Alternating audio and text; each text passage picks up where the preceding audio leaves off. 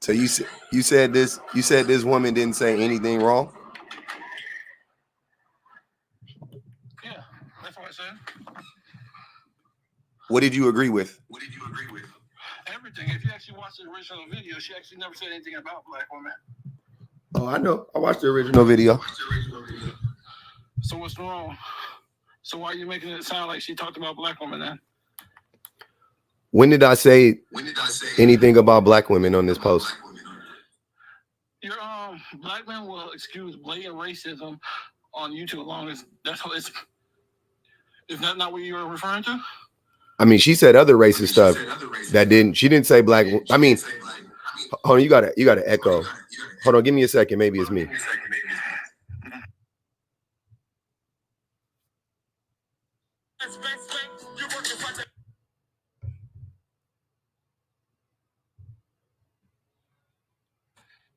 Okay.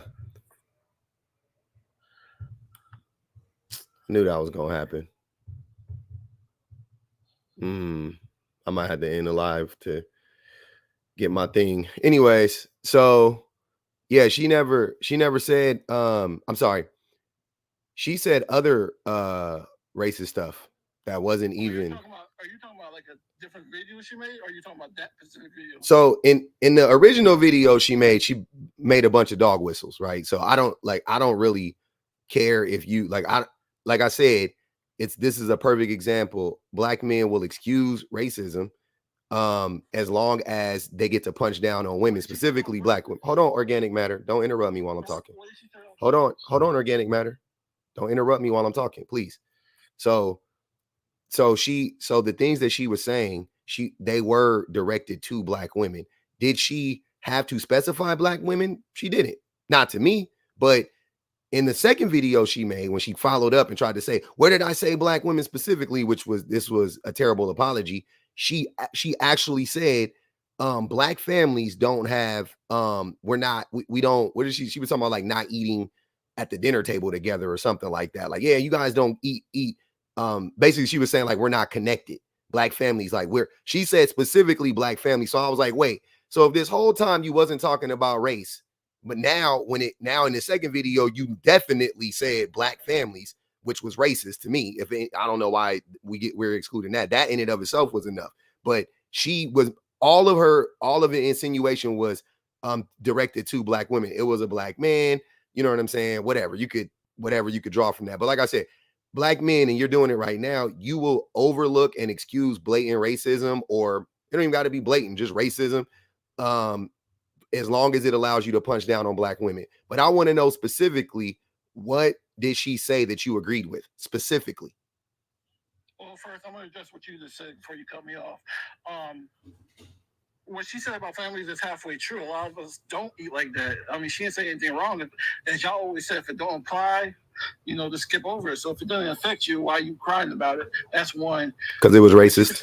Like she said, she didn't specifically say anything about black women. So why are you taking it that way? She did exactly what you do 24/7 on your platform. Wait. Oh, wait. I don't dog. Wait. Hold on. I don't dog whistle. Hold on, sir. No, we ain't gonna do. I'm talking. I'll let you finish. Hold on. I'll let you finish. Let me finish. I gotta say something to you right now. I don't dog whistle anything. Yeah, you do, bro. I seen you. This isn't a dog. Wait. Do you know what a dog whistle is? All you do. You said a bunch of bullshit. Organic Matter. Stop. How do I dog whistle? Oh, he ran, of course. I don't dog whistle anything. This is a literal. I am directly saying black men. There's no dog whistle. Where's the dog whistle at? What are you talking about? Where's the dog whistle? Do you know what a dog whistle is? I'm standing. I'll tell you straight up, but I got to change my prompt around. So give me a second, y'all. Let me fix this prompt, which it's annoying. Man, I really don't want to have to end my live to get that thing back. It always does that though. So anyways, hold on. So anyways, yeah, this is no dog whistle. I am directly and blatantly saying that black men will excuse blatant racism.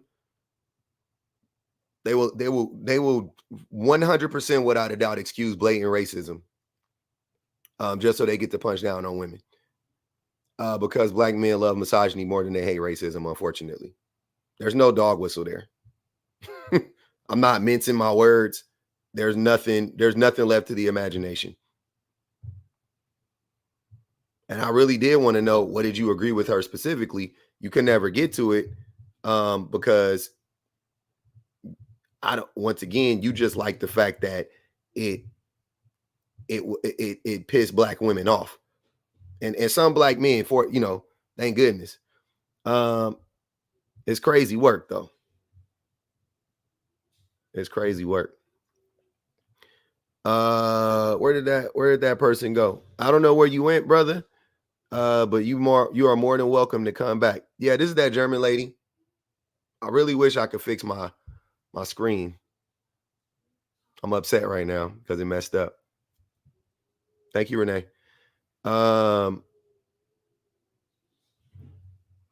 It's really wild. So let's get into it real quick.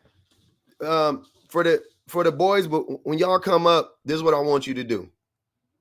I want y'all to tell me specifically what you agree with. Okay? Don't say I agree with everything. Say specifically what you agree with. Specifically, and why you agree with it. Okay? That's all I want. I want you to tell us why. I want you to tell us why and what you agree with. That's it. And then we can have a discussion.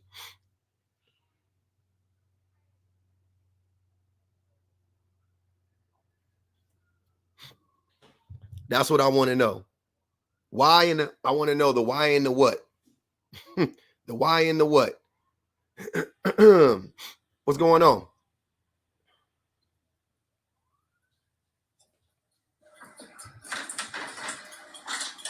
Sovereign woman, what's good?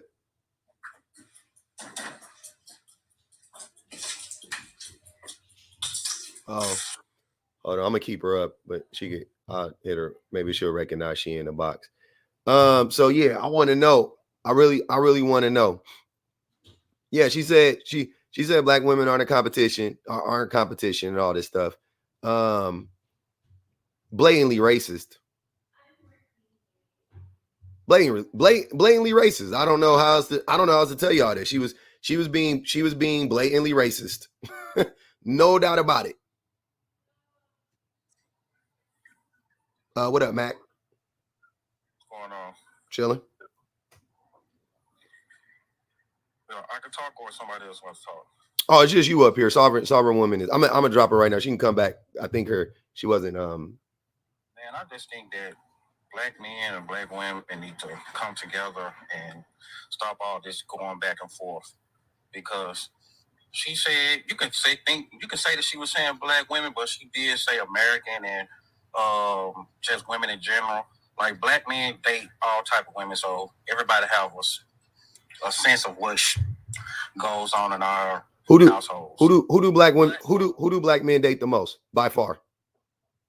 I mean, yeah, because I never date. Okay, but first, look, I love black women. I never dated outside my race. Okay, but who do black women? Who do black men date by far? They date black women. Okay, and are all American women a monolith? No. Okay, so if she was talking about American women, who would she be talking about if she was talking about a black man? I mean, I get it. I said that she said American women, but you can kind of tell because he dealt with a black man, so you can try to say that she also lives in a black neighborhood. She said it, or this is what she said. She said I live in a black neighborhood. Like, who's she talking about? So what I'm saying is, black men are told daily by our own kind that we're not needed, that they'll choose a bear over us, or they don't want us. But when the white man said he was married to a black woman, he said that they thought he said black women are for rich people.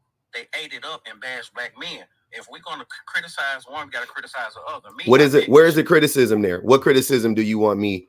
Where's the? I'm just speaking on, like, I don't agree with everything the lady said. I'm just saying that as a race, we need to come together. But hold on, but wait, Mac, but wait. it doesn't sound like you actually want us to come together. I'm just being honest with you. I I'm know. just pointing out that when one does it, it's being praised. When one does what? Black men is no competition for her. No black woman wouldn't have said anything. What? No black woman wouldn't have said anything. If what? If she would have said black men are no competition, like we get drugged daily, dog, daily. That's what I'm saying. Do we wait? Daily. But Mac, do we not deserve it? No. So we don't deserve it. No. You think I didn't? I didn't say, Mac. I didn't say all. This ain't about every single black man, right? But as a group, black men don't deserve. But black men. Hold on, Mac. Can I ask a question? Yeah. Black men don't deserve to get drugged by black women specifically. They don't got the right to drag us. Why? Why do you think that? What have we done for black women? Well, so black men are starting to realize, like the other day, I'm a truck driver, right? So I tried to open the door for 2 black women. They turned their nose up at me and like, hold on, don't give me anecdotal, Matt. I don't want to hear your anecdotal examples. I'm telling you, that's why, like, you making one like what they do is accountable, like what they do is all good. What do they and what do Mac? Hold on, Mac. Man, I want to have a conversation with y'all. I wish y'all knew how to talk to people. Mac, what do they do? The same thing that you saying. That be specific. Don't say, be specific. What do black women do? What have black women done to black men to oppress us? When have they worked with our oppressor? Hold on, Mac. Hold on, Mac. What have black women done to hurt black men as a group? What have black women done as a group to hurt black men as a group? When have black women ever worked with our oppressors as a group to oppress black men? Name one instance in all of American history. Okay, there you go. Back in the 60s, glad you brought it up. Mm-hmm. Welfare. Knock on the door. Hey, mm-hmm. We'll let you live here in these houses, mm-hmm. and whatever. But the black man can't stay there. Yep. Y'all look over there. That's not what happened, Mac. If you name something, it better be true, because that's not what happened. Everybody knows it's not what happened. Where did you, Mac? God damn. Black women have said it themselves. They didn't say that themselves. Don't, they have told Mac, you are lying. You don't know what you're talking about. When have you, Mac? Where did you read that at? What book? What article? Where did you read that? Mac, hold on, Mac. Where did you read that at? That black women did that. You can Google it. I have Googled it. That's not what it said. That's not what happened. So what? So you gonna ask me a question and you want me to tell you, or you gonna talk over me? Let me say this right here. Somebody in your family tell you that, hey, I was alive back then, and I know for a fact. Now you want to go back to your family. Anecdotal. Okay. Okay, never mind, guys. I mean, bro, you got it, man. Look, I'm saying we need to come together. I don't No, care. you're not. The woman could be wrong, she could be right. I ain't never dated outside my rights. I love so what? Women, you don't sound like you love black women. Nobody care who you hunching on. Because I got an opinion. You can hunch on black women from here to infinity and to infinity. It don't mean you like black women. So you think I like the German woman? I don't know who you like. I don't think you like any women, though. That's why I said specifically. That's why I said, hold on, Mac. I don't think black men, the same as most other men, I don't think they like women in general. So black, white, or otherwise, it ain't like you like white women either. You don't respect them either. You don't like women, period. Black, white, or otherwise. And you will never be able to convince me otherwise by telling me, oh, I be hunching on black women. So what? What does that mean to me? So I can't hold, but so we can be held accountable, but they can't. What do you want them to be held accountable for? Stop telling black men that they're not needed and they will be protected. How are black men needed? Mac, how are black men needed? For what? What do they need us for? Like I said, I'm successful. I just want to say that black people need to come together. Sir. I'm cool. I'm successful. My kids good. Like, I'm straight, dog. Like, okay, so you personally are good. I know y'all making money off this, and you put these. Now you getting, hold on, Mac. Hold on, brother. Now you getting personal, and I'm not getting personal. I'm saying you put these captions up here because it's TikTok, and I don't say. No, I really believe this, and it's a story. Hold on, Mac. That's where you're wrong. I'm not like you. Don't project that shit onto me. I'm not like you, right? Y'all not like us, brother. I really mean this shit from the bottom of my heart. And you know how I know you don't? Because when I ask you, How are black men needed? What are we needed for? You don't have a response. When I ask you, what do you want black women to be held responsible for? You made up a freaking story about you made up a story about the 60s that you never read about. And then when I asked you, where did you read it from? You said, oh, my family told me. Your family didn't tell you shit. Your family didn't tell you shit. You a lie. And then now you up here lying again, talking about, I just want to see black people come together. You don't. You want to silence black women from critiquing black men because it makes you feel some type of way. That's what you want. That's all you want. Say that. Say that all you want is for black women to shut up talking about black men and calling us out for our bullshit. That's what you don't want.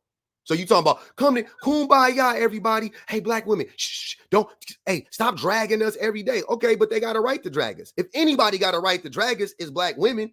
I'm not saying this about them. I would never let this woman drag us ever. You did. Black men like you would let a white woman like this drag us all day long. I would never. I didn't agree with nothing she said because she's racist. she was straight up lying, 100% lying, making up stuff. He wasn't used to what she was doing for him. Okay, that's their personal story. A lot of men not used to that. Black, white, whatever color you are. A lot of men not used to that. Not used to what? Having a wife slave? Huh? Yeah. That's what she was describing. She was describing a slave. No, I'm saying like I have been taught, I have been treated right, and I done fucked up and did shit, and I was accountable for, and I took accountability for what I did. Women have done the same thing. That's what I'm saying. Like every man ain't had what she said that man that she got. Every man ain't had that. Every man, and I agree, most men in America do not get to experience having a wife slave. Thank goodness. A wife slave. Mm-hmm. So what? Because she catering to her man. That's a slave. Yeah, letting her man talk over her she said it. I'm just going off of what she told us, bro. No. I was talking about the one video when she said. I'm talking about one video. I'm not talking about the others when she said she did the trips and stuff like that. No. I'm talking about that one video. She said that. One video that she said, Mac. He wasn't used to her femininity.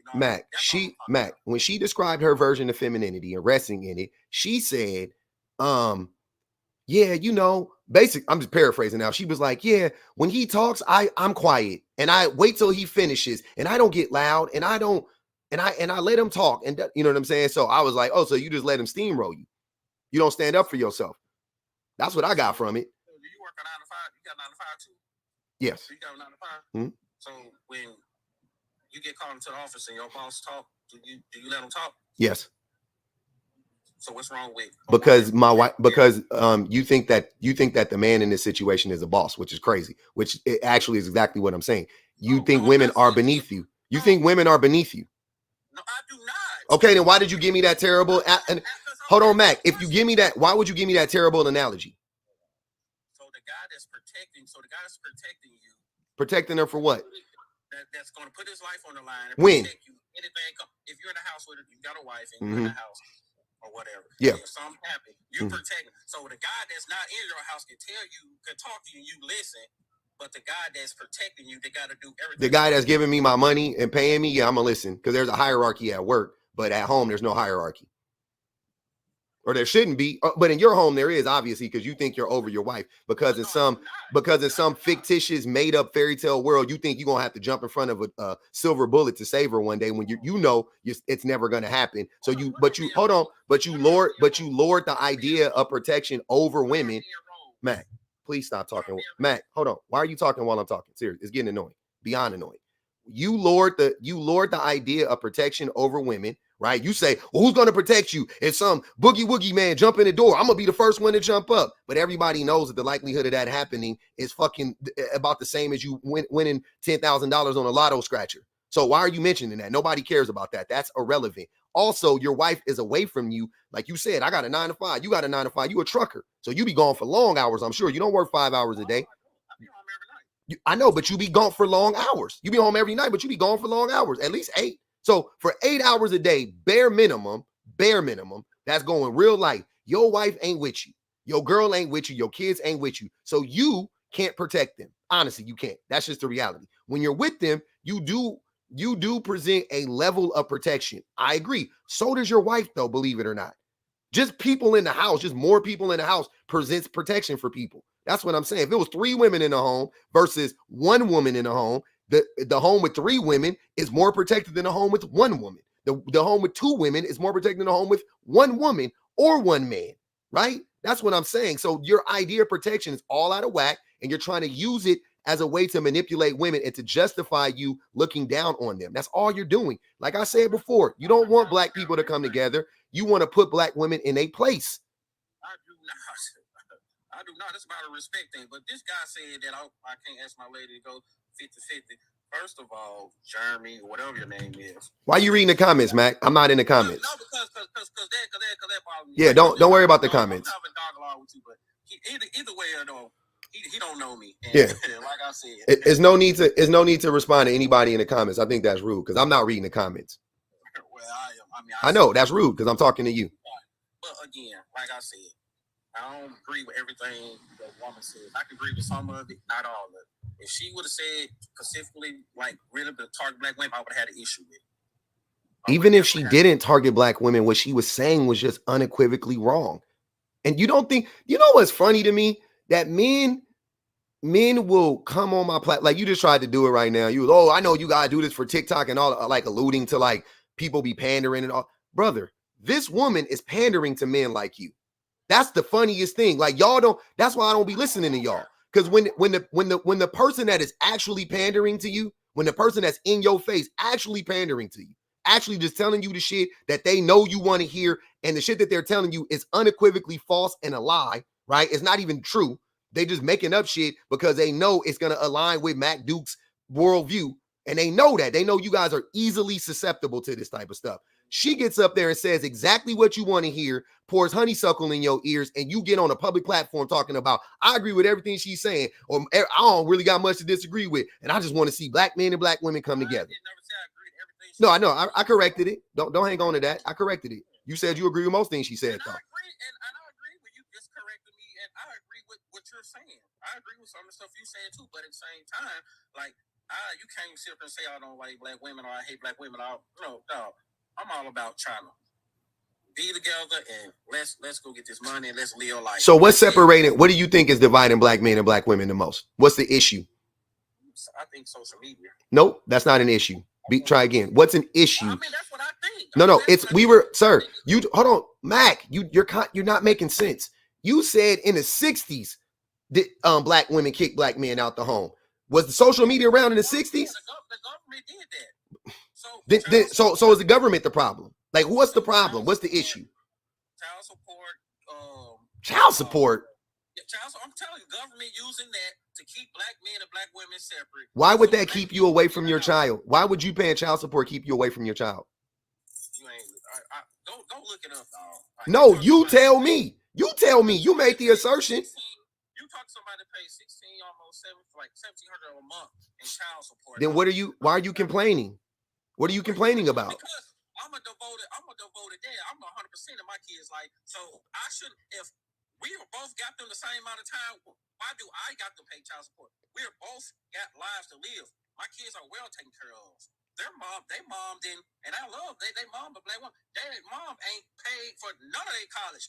Both of my kids' college paid for by me fully, all 4 years. Who makes more? Why do I got to do extra to take care of them to help take care of your household? I got bills too. So that's what I'm saying. Okay, Matt, can I actually? I got a perfect response to that. Did you know that the outcomes of the children, the success rates of the children, the outcomes, successful outcomes for children, do you know what the number one contributing factor to that is? Tell me. The health and well-being of the mother. So if you care about your children, then you should care about the mother of their children. Almost equally. But their mom and their dad both are in the right state of mind. They both are taking care of them. So why do I have to get bled dry for that to happen? You think you would be spending less money if you were with your kids, or more money if you were with your kids? You don't. I got my own house and she got her own house. Mm-hmm. And why do I have to pay thousands of dollars to help soothe her house? That's what. Well, no, it's a reimbursement though. That's what child support is. It's a reimbursement. Reimbursement of what? What she spent on the kids. Yeah, that's how it works. And if you were in the home, you would be spending, I'm guessing because you make considerably more money than her, you would be spending more money on the kids than she would be because she couldn't afford it. So it's the same concept. You're just not in the home. Also, why did y'all break up? What happened? Why aren't you with her? I'm not one of those type of guys, but I was in the military and I was away for 6 years at war, and we just grew apart. I'm gonna leave it at that. So I'm not gonna put our business out there like that. She's an awesome woman. We got a great relationship. That's all I'm saying about that. But again, the government put on there, hey, your dad can't stay here. The man got to go. If you want these houses, the man can't be here. That's not what happened. So what happened? Tell me. So what happened was when they implemented the program, they said that you can stay, black man, but you got to be married. And the black man said, "Oh, I can't do that. I'm out." Can you show me that? No, you can see. I know you, but Mac, hold on, Mac. The thing that I hate is this is when the argument becomes totally disingenuous. You have never looked it up for yourself. You just told me that you heard it from somebody else. Now you want me to show you documentation of this, but I'm not going to do it. You can go look it up. The same thing you told me. Why would I do the labor for you? It doesn't make any sense. I'm on a live right now. This is crazy. You can go look it up, but you just took the word of your people in the 60s that lied to you, right? I'm going to tell you the truth. What happened? That's what happened. And by the way, it didn't happen forever. That was only a short period of time. And they changed the rules. In the 70s, it was quick. It was only like for 4 or 5 years. Then they changed the rules, and then boom, and it was what it was. But also, those black women, they said what they did was they said, okay, because he didn't want to marry her, but they still wanted him around, right? So they kicked the man out on paper, but they let him stay in the house. I got peoples in the projects right now, and that's how they living right now to this day. Living with their peoples. They not on the lease. They ain't been on the lease in a decade. But all their clothes is there. They sleep there every night. It's their house. I see it. I grew up in the projects. I am a project baby, 100%. You cannot tell me about this shit, bro. I know it. My mama and my daddy were married in the 80s. They got married when I was young. I was about 2 or 3 years old. They got married. So 84, 85, they got married. They got an apartment in the projects that I ended up staying in until I was 19 years old, and I moved out, and my mom still lives in the projects right now, and I'm 42 years old. So she's been there for 40 years, bro. You can't tell me shit about the PJs. I know them like I know the rules. I know all that shit. So I'm telling you from documentation and from experience, what you're saying is wrong, just unequivocally.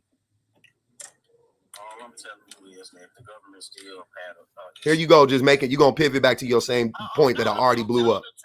You're not telling the truth. You have nothing to prove it. You just made it up or you heard it from somebody. You see how ignorant that is? You and I know you just made that up. You and I know you've never read that anywhere. You've never read that anywhere. You never read it. You heard it on TikTok. It's history, dog. It's not history. Then what history book is it in? If it's history, what history book is it in? I'll talk to you about it later. I'm about to go. Okay. Y'all some liars. What's up, man? Hey, y'all, Bana, let's like up the live, y'all. Appreciate y'all. See y'all on the YouTube activated. Let's keep liking up the live. Y'all know what it is, man. Yeah, I'm actually surprised that you have this up here, man. You must have really thought you did some homework, but so let's start from the top, my friend. You're saying that black men excuse blatant racism from white people as long as they get to punch down on black women. It doesn't say black women. It doesn't say black women.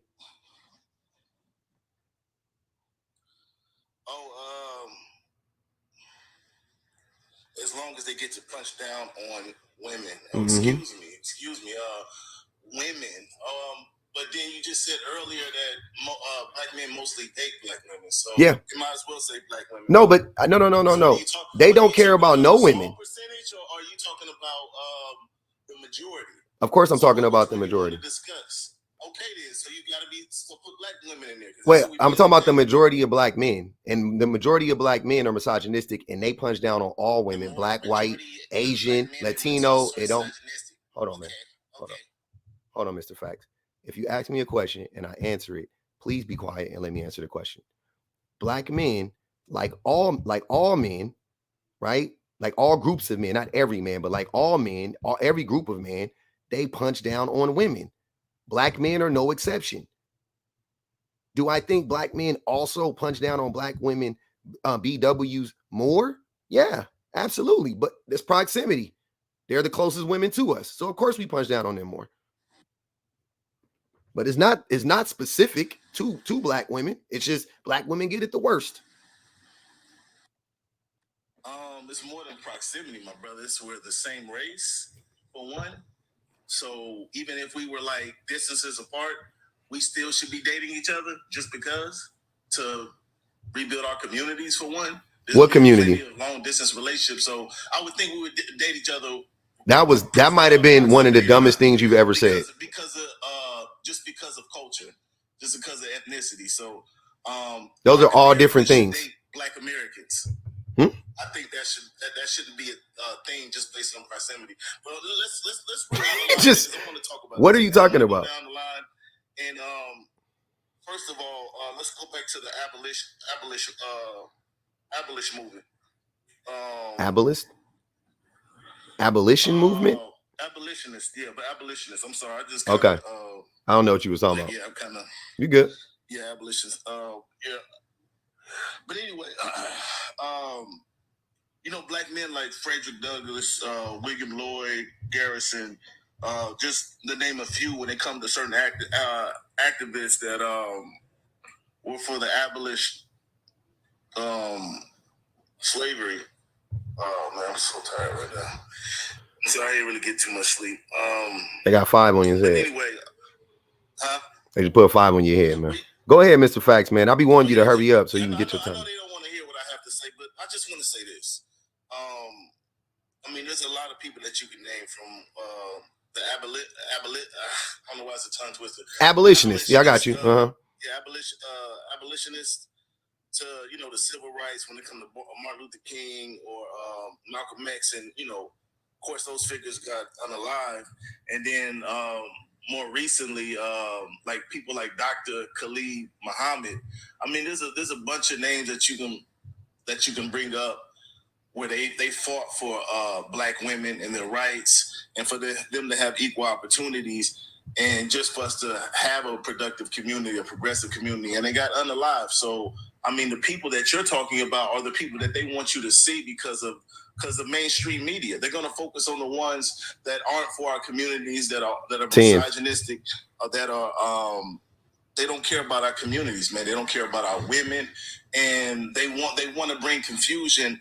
And when you focus on people like that, then yeah, it's going to seem like it's the majority of men that think that way, but it's not. Khalid Muhammad died of cancer, by the way. He wasn't assassinated, but go ahead. That's what they say.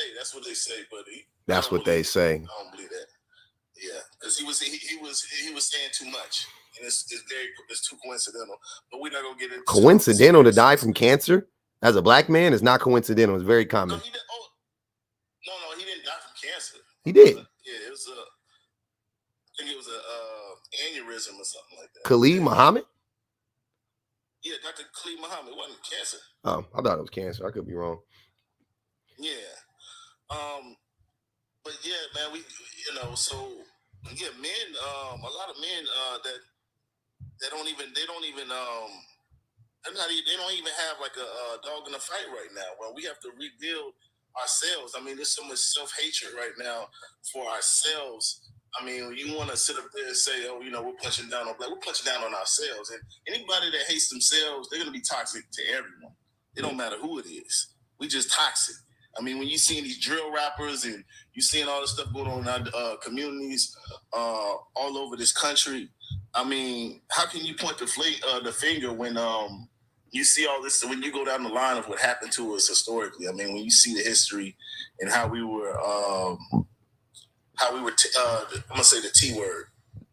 So And we get no justice for that. Like the people that, okay, like the little girls that got unalived at that church, and it took them over 50 years to bring those people to justice. So there's so many other cases that's similar to those stories. What does this have to do with black men punching down on? Wait, but what does this have to do with black men punching down on women? I'm so confused.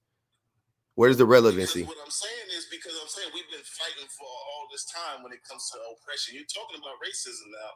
So we have to include this and understanding that we have no system, no structure set up in place. We've tried and we've been shot down, literally. So what I'm saying is this: if it's shown, proven in history that we have fought for our black women, how are you saying that we put misogyny over it?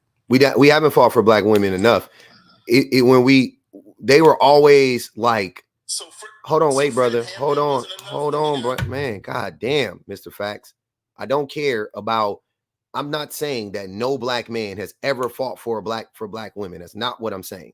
But once again, black men throughout the civil rights movement, the biggest rift that existed in the civil rights movement between black men and black women was misogyny. It was because men were largely excluding women from the movement, from leadership roles, from the platform. Like they were not putting women's and children's needs above black men's needs. That's what we were doing. So that whole black power shit ultimately, and then you look at it today, it's ultimately all rooted in black man first, black males first, right? That's why a lot of people move away from like the term, black me included, move away from the term I'm pro-black and all of that stuff, because it's usually pro-black man.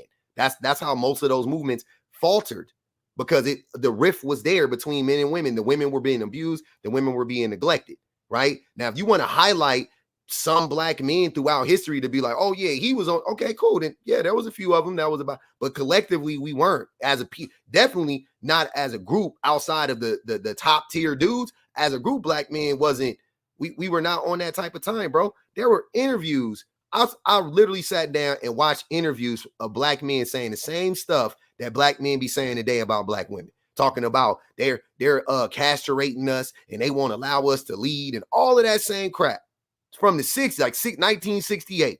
There was a black woman did an interview. She interviewed her friends. I'm pretty sure all of us have seen it at this point. And those black men sounded exactly like black men sound today. Exactly. So you're not finna sit here and tell me, but black men we just was trying to, racism really just did a number. Yeah, we know racism hurt us, but what about misogyny? Because it existed before racism.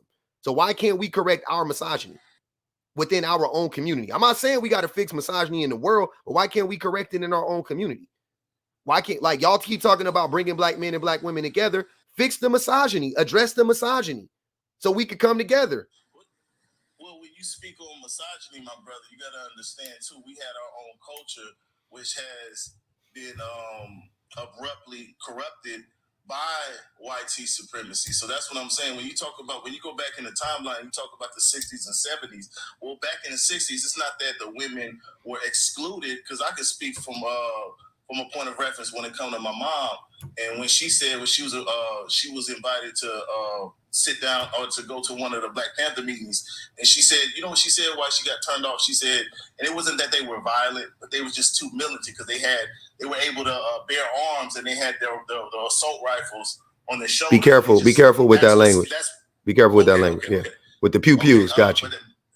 That's right. But it scared her off, just that. And I was like, well, did they act violent? Did they act crazy? She's like, no, what they were saying sounded good. I just got scared because I seen, just how militant they were. So that's what the women were afraid of. And it wasn't that they were excluded. There was other things that they did, that the Black Panthers did to serve the community when it comes to funding certain things for, fundraising. That's not what kids and so, to feed the community and all of that. So, this you just have to look into it yourself and do the research. But there's other things that we've done with our communities. But once they infiltrated, once they started to attack us and created strife in our community strife with the men and women, then yeah, of course, you're gonna look at it and say, oh yeah, it's because of misogyny. But how can you put that on misogyny when that's not even our culture? That's not our heritage. And I got the proof is when you talk to people that are older and they say, yeah, a lot of what the black men started doing later on was them basically copying the white T-man. Because they said before, I've heard a lot of older black women say, yeah, black men used to treat women respectfully, and the culture was just different back then. The culture, bro, why are you now, Matt, Mr. Facts, why are you lying about this to my face though? Like, you don't think that I got a black grandma? You don't think I got a hold on, brother. Hold on, brother. You don't think I got a black grandma? You just said a lot of black women told you it ain't nothing there. What the fuck is you talking about? You heard this from somebody in your family. That's cool. But I'm telling you without a doubt that I have what you telling me, I've never heard that from an older black woman. And because I'm a millennial, whatever, Zennial, whatever, Gen Z, whatever, Gen X, millennial, whatever the fuck. And it don't fucking matter where I'm from. It don't matter where I'm from, bro. Nobody cares. It's irrelevant. It's irrelevant. Y'all always try to do that stupid shit. It don't matter where you from, bro. It don't matter where you from. Black people, you just said we got a culture. You see what? Hold on, wait, Mr. Facts. You see what you saying? Don't make what you saying. You just be saying stuff because in one breath. Hold on, Mr. Facts. Be quiet. Be quiet. I'm gonna drop you. Just be quiet. I'm gonna let you talk, but let me finish. The craziest thing is that 10 seconds ago you said we got a culture and we should be connected no matter what. Like, okay, cool. Now it's where am I from? What the fuck are you talking about? I'm black in America. That's where I'm from. What do you mean? These experiences are familiar to most black people, no matter what in this country, no matter where you're from, no matter if you're from Seattle or if you're from freaking Saratoga or if you're from Florida, it don't matter. It's very similar across the country. So miss me with that where I'm from. It don't matter where I'm from. My grandma from Mississippi. My granddaddy is from Louisiana. I'm sorry. My granny is from Louisiana. My granddaddy from Mississippi, right? Where a ton of black people are from. Tons of black people are from there. And I'm telling you without a doubt that black men historically in this country haven't been treating black women well. If you want to blame that on white T, man, be my guest. I won't fall in that trap. I think that's dumb because I don't see proof of that before we got here. Now, does poverty, does racism, does colonialism, does it exacerbate these situations? Absolutely. Absolutely. But did the problem exist before they shoved us on them boats? Yeah, the problem existed before. So I hate when I'm listening to black men, they trying to distance ourselves from that. You're like, no, it's the white T man that did it. If that's the case, brother, then why are you voting for Trump? Why do you sound like a Republican? Why do you sound like a white T man half the time? The thing that don't make no sense is if you want to distance yourself so much from white T man, then why is your whole brand of politics the brand of politics that is the most extreme and harmful to black people? But then come up here and talk about black people coming together and we need to unite when the thing that you can do the worst to black people is hurt them politically. It don't matter who you hunching on. All the money is white money anyway. I don't even play that game. And you got to circulate the dollar in the black community. Where? With who? What are you talking about? It got a dead white man on a damn dollar bill. That's their money. Don't worry about it. It's gonna go back to them no matter what. It's gonna find a way back in their bank account no matter what. Spend your money where you want. I don't care about none of that shit, right? What I'm saying though is the things that you can control, you don't do nothing to stop it. You don't do nothing to help it in real time. Bump the 60s. Let's not talk about Fred Hampton. What about right now? What about the scores of black men that are okay with a white woman coming out talking crazy about black women and about women in general, but black women specifically? What about the scores of black men that's gonna vote for Trump? What about the scores of black men that turn a blind eye to racism over and over and over again because it gives them access to something? So them personally, they feel like they got access to something. I don't know, whatever it is, to white T supremacy, whatever it is, they will turn a blind eye to the real world ramifications of the politics that exists in our country and in our world. Y'all will turn a blind eye to that, act like that shit don't exist, and then start talking about we need to come together. Starting with you. Change your politics and change your mind. That's who it starts with. It don't start with me. My politics is fine, bro. I don't do nothing my politics don't hurt black people one bit. I very carefully crafted my politics. My brand of politics don't hurt black people one bit. They do not hurt black people at all. Across the diaspora, I would say, not even just in America. Can you say the same thing about yours? Because when I hear you talk, you sound like Trump. That's the thing that blows my mind. Do you think if Fred Hampton was alive today, he would vote for Donald Trump? Do you think if Fred Hampton was alive today, he'd be talking about black jobs and DEI and stupid shit like that? You really think that? You think the chairman would be up here talking about DEI and black jobs? Blaming Mexicans for coming in the country and being forced out of their country from terrible policies from the USA. You'll be blaming them for that shit? You think Fred Hampton will be blaming them? You be contradicting yourself, man, talking about you need to research it. You need to research it. You need to look up their brand of politics. Okay, I heard what you had to say, but you always pretend like we haven't been ostracized, right? And because of that, how can you sit up here and think that I guess we're with the we're like the supporting cast to the white T man and everything that he does and the way he thinks and his ideologies? Yeah, I mean it trickles down like eventually, but it's by force. You know, when you understand what imperialism is, I mean, you can't blame the people that are sitting up there being overtaken and the T word when it comes to our quality of life. And the reason why I say this is because when you look at how we used to treat our women, now when you do further research down the timeline, when you look at these wasn't isolated incidents. These are things that was happening all over the country, so it wasn't isolated. That's why we have to use the word T word for what happened. Because when you understand that we were farmers, that we owned land, but then when they usurped us from those lands by force, when they created, the T word, how were you supposed to treat anybody when you went through what you went through? How are you supposed to sit up there and give that woman the best of anything when you were violated? You know what I'm saying? So we've been violated in such a major way every time we tried to rebuild, and this is not helping the story, the timeline, by us pointing the finger. All we can do is focus on loving ourselves, loving each other, and regrouping and coming together, just like what the brother said earlier. But when you point the finger, you try to create this gap, this wedge between us and them, and saying we're teaming up with the white T man against them. You're just creating more strife, my brother. I'm not creating the strife. Hold on, Mr. Fact. I wouldn't expect you. I'll let you talk. I'll let you speak. Okay, go ahead, brother. Let me finish. I'm about to play my plane. Okay. But I wouldn't expect you to, because when it's more common when guys sit up there and want to create the strife in those communities and then run to the other side. Yeah, so, I know Mr.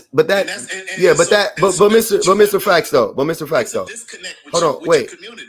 I'm not disconnected from the community though, brother. Hold on, brother. I'm not disconnected from the community. I'm really not. Right? I really am. I really know what's going on in the community. You don't.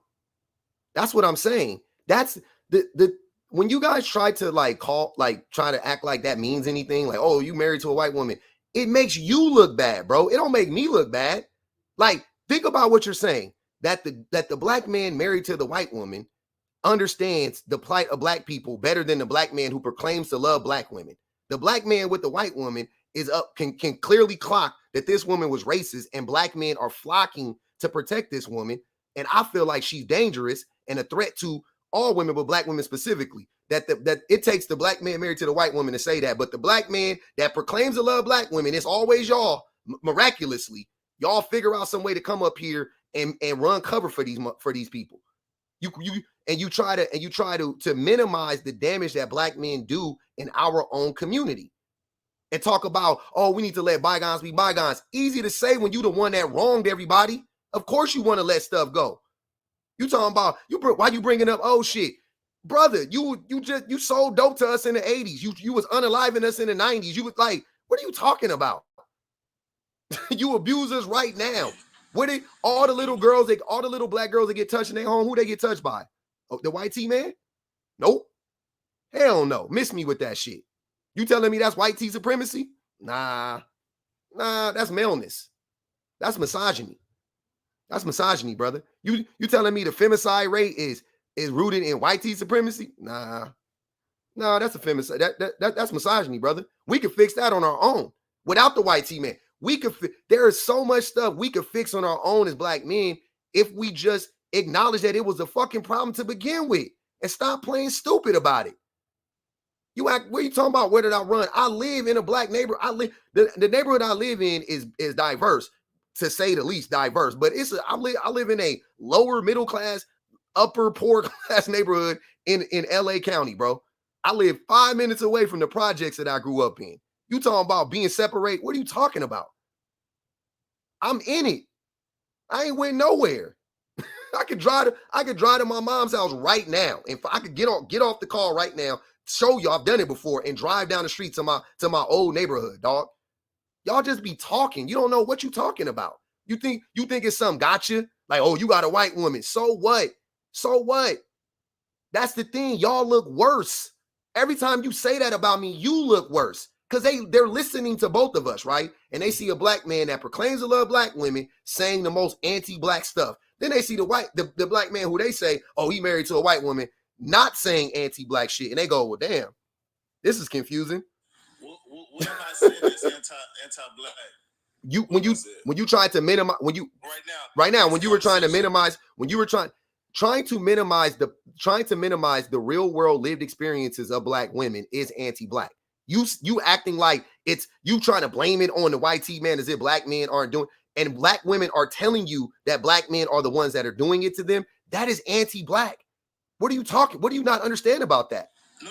What's anti-black is because you're saying that we basically put misogyny over racism. That's not anti-black. That's a reality. We haven't fought against racism, and you're completely incorrect. Our fights against racism have faltered because of our misogyny. You missed the whole point. That's unequivocally true. It's proven. That's not why. That's why. That's why. That's an ideology that you have that's based on the women that were in the based on the women that were in the movements at the time. See what I'm saying? Based on the women that were based on the women that were in the movements at the time, that's what they say. Angela Davis, that's what she said. You're telling me Angela Davis is lying? You're telling me Assata Shakur was lying? They just made all this stuff up. I got it all wrong. I listened to the women. That's where you went wrong at. You was listening to the men. I listened to the women. That's one person. She's just a human. Look. So you gonna you're going to tell me right now that Mr. Facts knows more about that movement in that time than Angela Davis. That's what you're telling me right now. Well, let's go to the quote. Let's get some context. Let's go to that quote. What quote? She wrote so many things about it. She didn't have one quote about it. She talked about it extensively. That's what I'm saying. It's not about a quote. This is nuts, bro. You're starting your anti-blackness comes out every time. And you keep trying to put it on me, but it don't stick, fam. It'll never stick, bro. I will put my politics up against any of y'all politics any day of the week. I do this all day. You want to talk politics? Let's talk politics all day. So you consider yourself pro-black? I don't. I already told you I don't. Y'all got that, fam.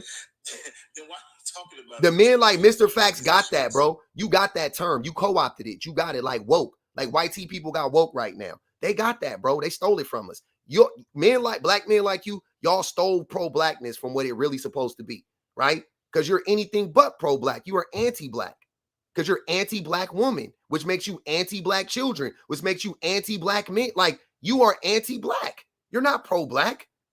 If you're anti-black woman, you are anti-black, bro, and you are most certainly anti-black woman. No doubt about it.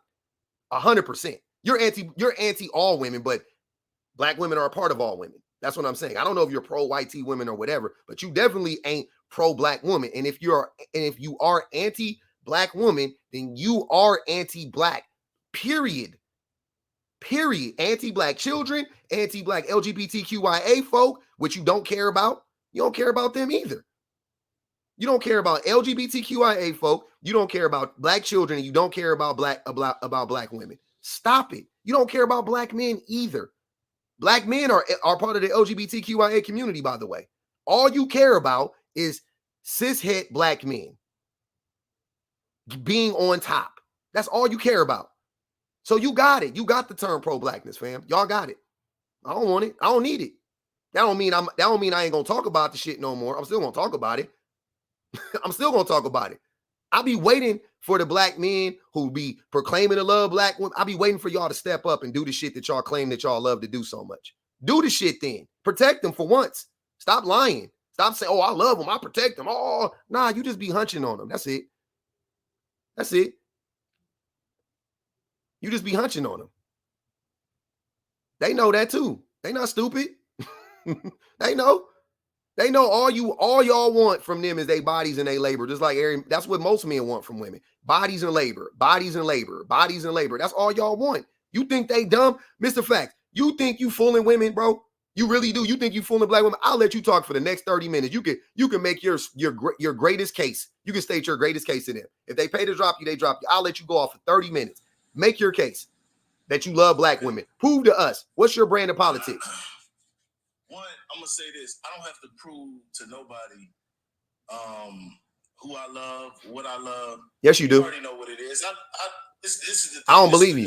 You're trying to put the focus on me, and it's not working because I'm gonna tell you this, my brother. There's a lot of things I see. There's a lot of holes that I see in your logic that you use. Point them out. And you only talk about talk about specific things that caters towards a certain narrative, which pushes that be specific supremacist agenda. Be specific. You like to create strife between. Hold on, Mr. Facts. Hold on, Mr. Facts. Don't use platitudes. Be specific. What is your point of contention? Who am I working for? What, like, say the thing. Don't be vague. This is not the time to be vague. Be very specific. If you're saying that black men allow racism to go on just so they can punch down on black women, that's a problem. For who? Black women, right? You're specifically attacking black men like we put white men over black women. We do. That's not the case. We do. That's not the case. We put whiteness. We put white tea supremacy and misogyny because in this country you can't separate the two. Maybe you because you have a white tea woman. But how? But okay, but Mr. Facts, if you make that assertion, you have to prove it though. You see what I'm saying? It can't. No, you didn't. Hold on, man. Hold on. See, that's how I know you don't understand. Hold on, Mr. Facts. Hold on. I'm trying to help you out. You think? Hold on, brother. Sir. You saying? You ain't gotta help me out. Sir, I got this. you don't got it. I promise you don't got it. You would have to point out. You cut me off anytime I hit a nerve. No, bro. You're just talking. I'm trying to help. I want to have the conversation. No, you ain't trying to help me nothing. I didn't ask for your help. But you need it. Somebody didn't ask for help. Okay, so this is what I want you to do. I want you to tell me. You just don't like. No, bro. I want you to tell me specifically. Go ahead. I want you to tell me specifically. What do I say specifically that is anti-black? It can't be. I just said it. You didn't. Just like on what's on the prompt. That's not anti-black. That's the truth. Yes, It's a fucking fact. No, it's not. No, it's not, my brother. Okay. Ask all the black women then. If I'm lying, ask the black women. If I'm lying, if I'm making this up, do you think the black women would agree with this or do you think they disagree with this?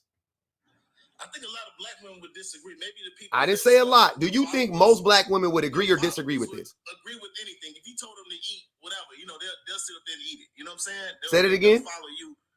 I said they follow you. Whatever you tell them, that they'll every black woman. I don't know 0.1% of all black women. What are you talking about? Don't turn this on me. I'm talking about your followers. I'm not talking about my followers. I said black women as a whole, as a group. You talking about my few thousand followers? I'm talking about the millions of black women that exist. Do you think that they would agree with this or not? That's what I'm asking you. Most of them. Not do some not agree with it. Of course, not everybody agrees with anything. Do most black women agree with this? Do you think that they've experienced this? You think I just made this up? You think I just pulled this out of my ass? I got this from some white person somewhere in a think tank, which makes zero sense. Because why would a white tea person say this? Doesn't make sense. So anyways, you tell me, where did I get this from? If I didn't get it from black women, because that's where I got it from. I'm gonna tell you where you got it from. You got it from these ideologies of these professors and people that examine society, and you think you're coming up with your own. Oh my God, this is so pointless. I got it from black women, bro. It's something that literally, I got it from black women. They literally said this to me. Like, I've had the conversation with them. They've said it to me time and time and time and time again. And then guess what happened? One day, I actually was like, wait, that's true.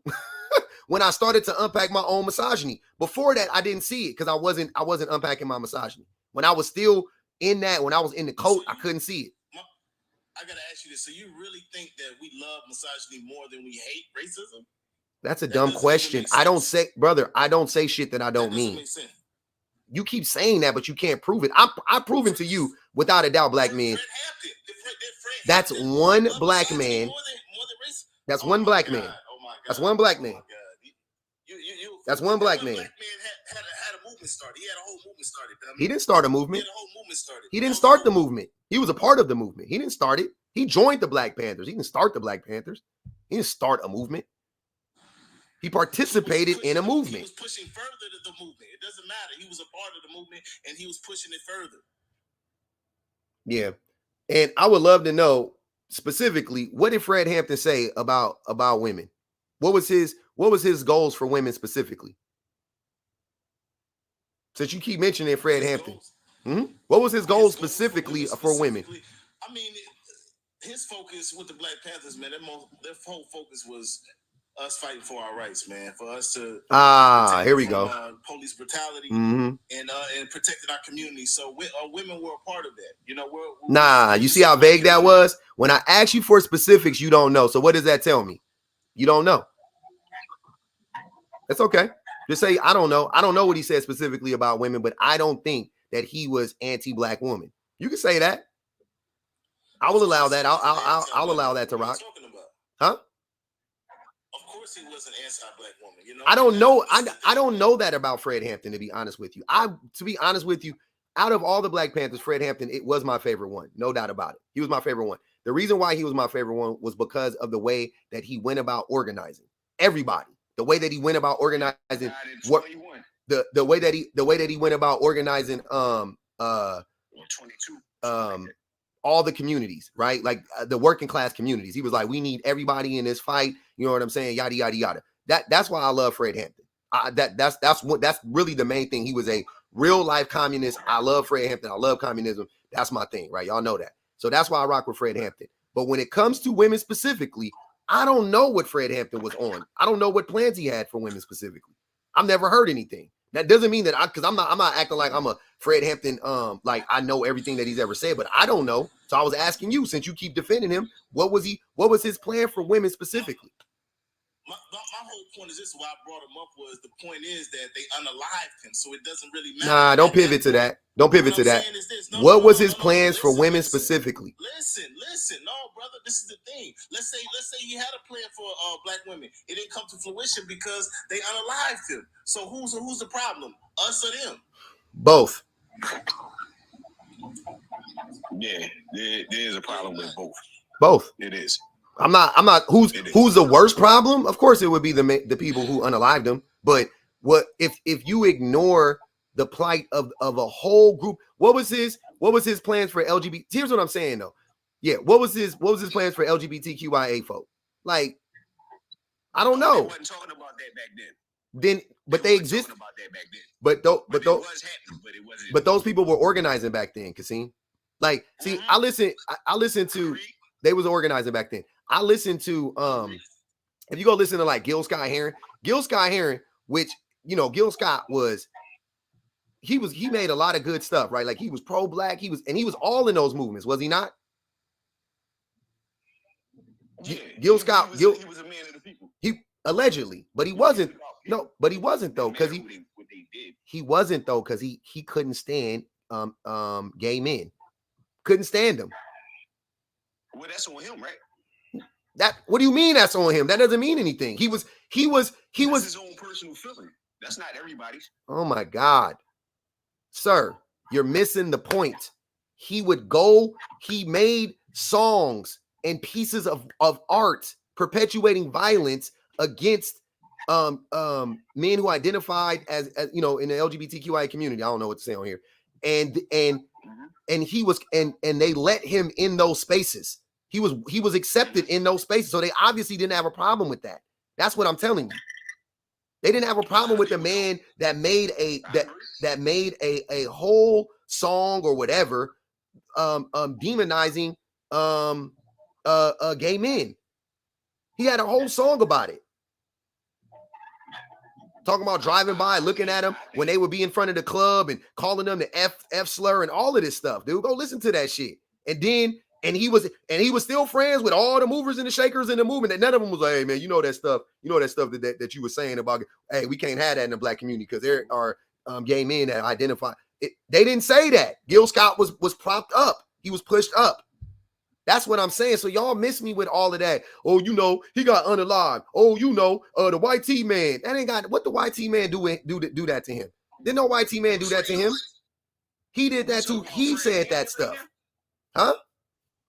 We talking about Fred Hampton right now? Nah, man. I said Gil Scott. Brother, here's what I'm saying, y'all. I'm tired of talking about people that unalive 50 years ago. He wasn't no goddamn. I know, but hold on. He was in the movement. I didn't say he was in so many ways he was, but whatever though. He was in the movement though. But what I'm saying is, Kasim, please stop talking while I'm talking. Stop talking about people that unalive 50, 60 years ago. What does that got to do with right now in 2024?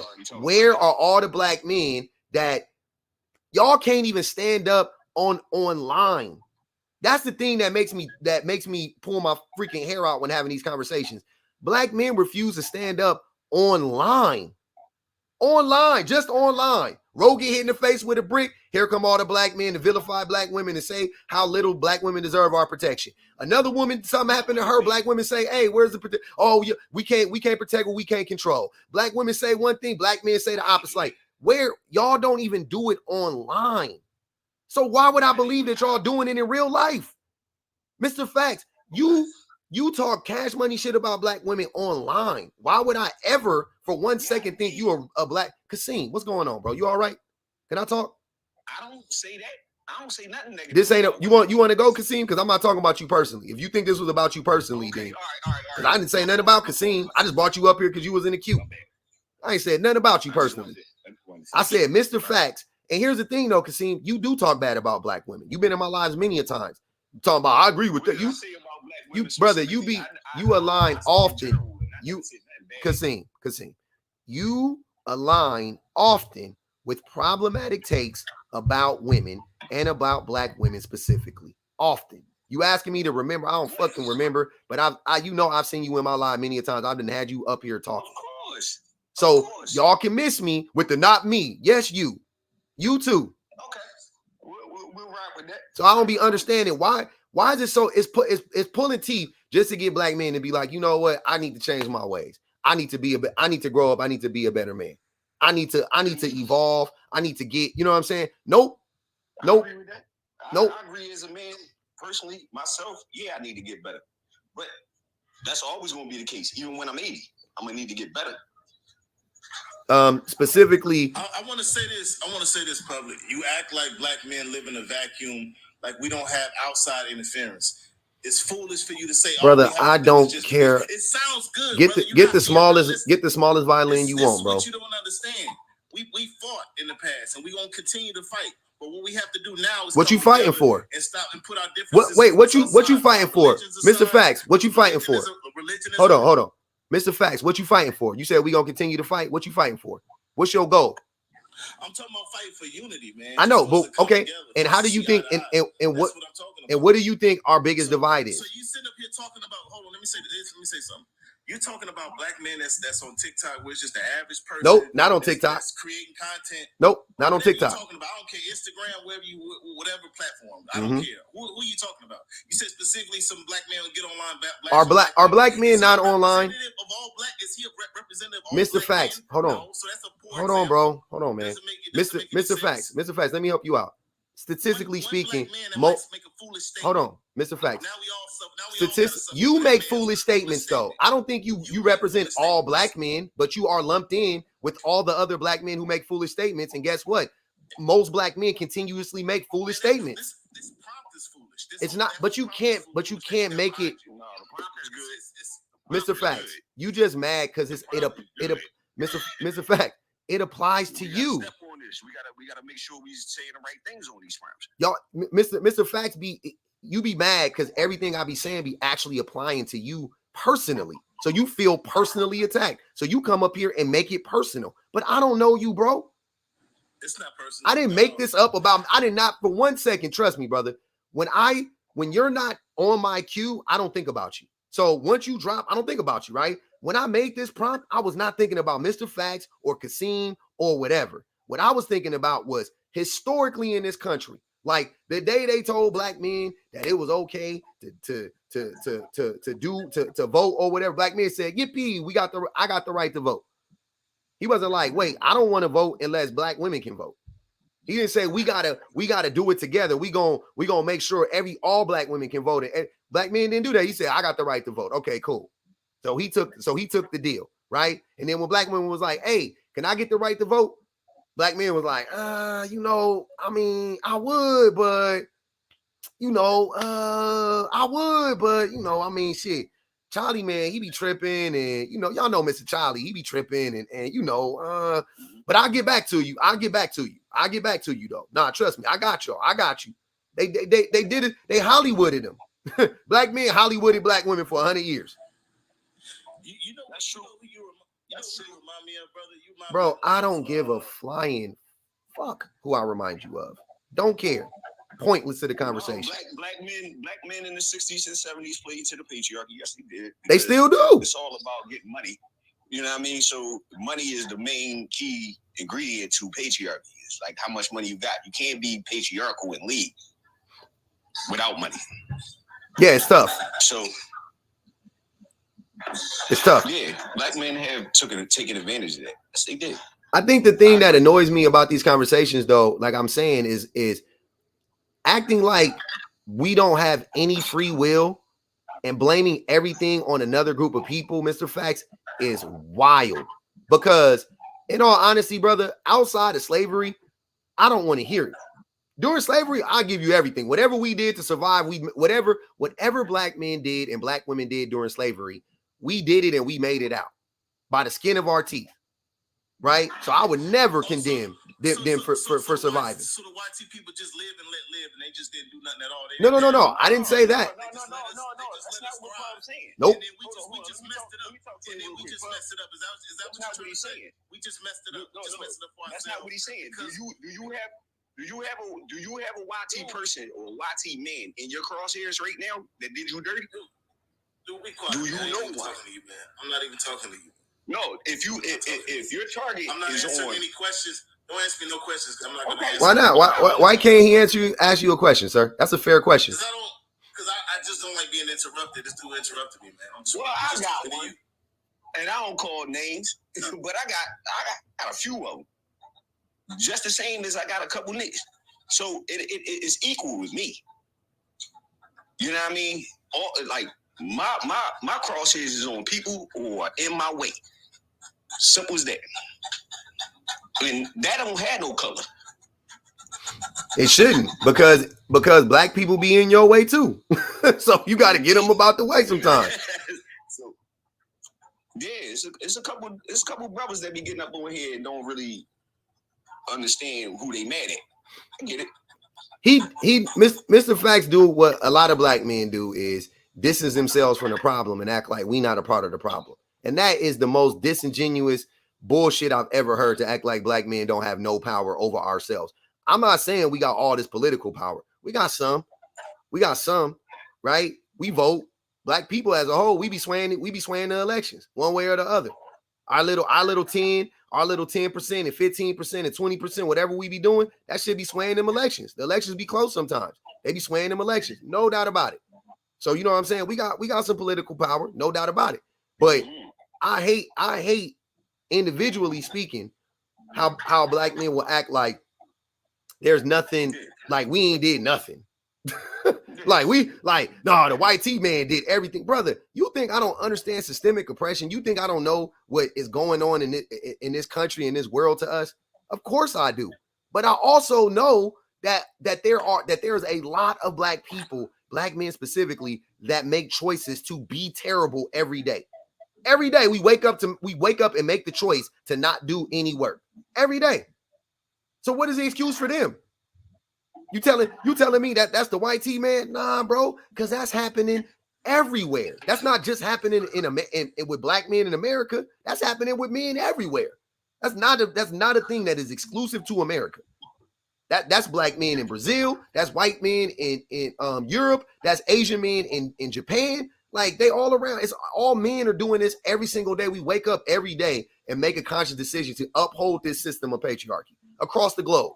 The same way white people wake up every day and make this decision to not unpack their racism. Black men wake up every day and make the conscious decision to not unpack their misogyny. And not only the thing that blows me is, it's not only that we wake up every day and we refuse to do the work. We wake up every day and actively fight against people who want to do the work.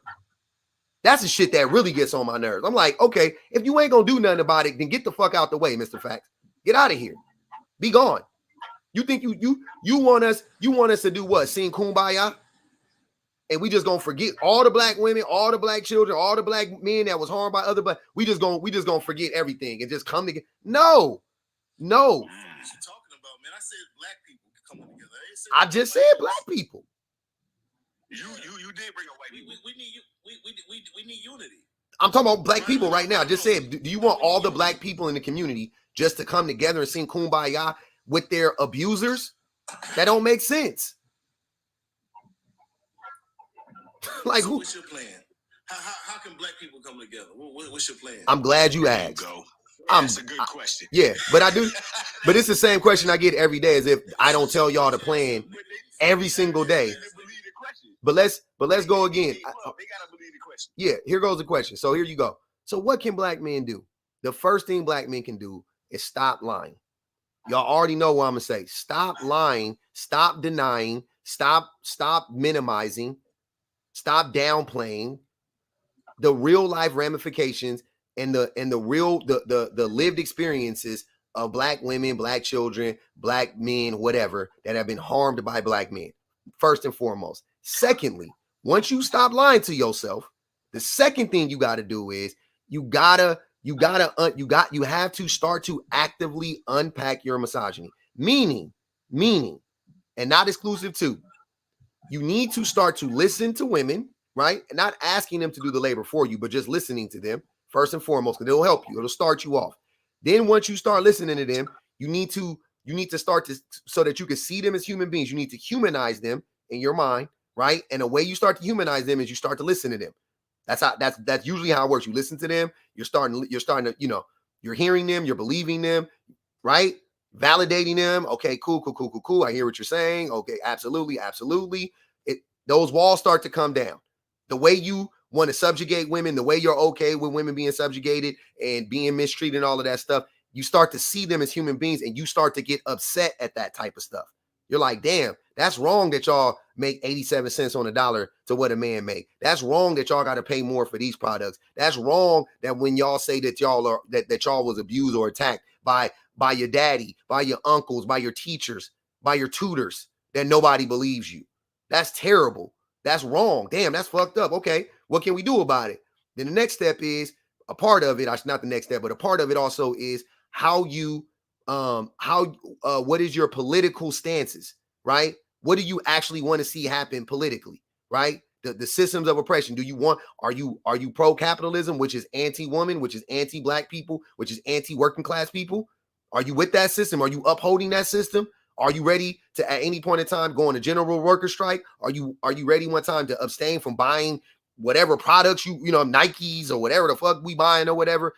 Are you ready to cut off these apps if we need to? You know what I'm saying? Are you ready? Are you prepared to do that? Okay, cool. You prepared to do that? Cool. Do that type of stuff, right? All the while making sure that you yourself aren't a problem and you yourself are not harmful to the people in your own community and in your own home. Making sure you teaching your kids and you teaching the young people, you're not letting little boys say stupid stuff like, that's for girls, and, oh, why you got your fingernails painted? Oh, that's funny. Saying all that stupid shit like that, right? You checking that type of stuff all the time. Every time that shit crop up, you knock it down. anywhere it's around you. You doing it. That's doing the work every day in, day out. So that's how we're gonna rebuild our communities, by letting little boys paint their fingernails. Yeah, no, but that's what out of everything I said. Hold on, wait. Out of everything, hold on, wait, Mr. Facts. Do you see how stupid that was and how disgusting that was? You don't want a solution, bro. That's why I don't like talking to y'all about solutions. You don't want a solution. You want to argue. You want to run. That's crazy.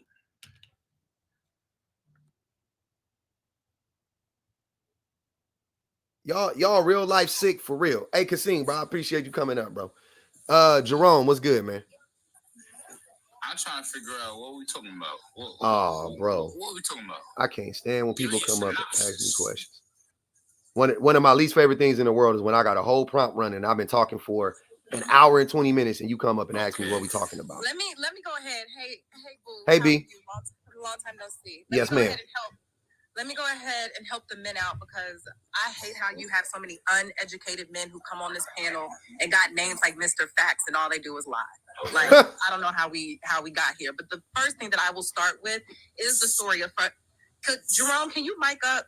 Mute up. I got you, Jerome. I got you. You got a lot of background noise. I got you, bro. Yeah. So I'm gonna give you a historical example, and I will give you Thank you, Nick. which you did touch on a little bit, going to the prompt, because Black men really believe that they've been helping, supporting, and fighting for Black women, and they have never done that. Let's start with Frederick Douglass and Susan B. Anthony, where Frederick Douglass actually was working on getting rights specifically for Black men, not all Black people, but for Black men. And then asked for the feminist movement, which Susan B. Anthony was heading. He actually asked white women, because they were white, to come and help Black men get their rights. He said, fuck your little feminist movement. Y'all should come over here and help Black men get the right to vote. And the white women were like, well, you should come over here and help us get personhood. And you had Ida B. Wells in the back like, so are we fighting for everyone's suffrage? And they were like, yeah, we're going to fight for everyone's suffrage. Spoiler alert, we have the 15th Amendment. We have the 15th Amendment. So yes, Black men were able to vote. And then he turned around after he got rid of his Black wife and married another white woman. He turned around and then helped Susan B. Anthony help white women get the right to vote by 1920. Crazy. Which Black women could not vote until 1965 in this country. So Black men, answer me this. Why were Black women the last ones in this country to get the right to vote? If you all are saying that you all have always had. Jerome, please be quiet. Jerome, please be quiet. I'm sorry. It's a historical Come on, fact. stop being weird. It's a literal historical fact that you all cannot answer. You all cannot answer the fact that the Black Panther Party abused women left and right. You all don't have an answer for the fact that Fred Hampton abused his pregnant girlfriend. You all don't have an answer for the fact that the founder. Nah, Jerome, wait till she finishes. I promise you, we gonna let you go. I got you.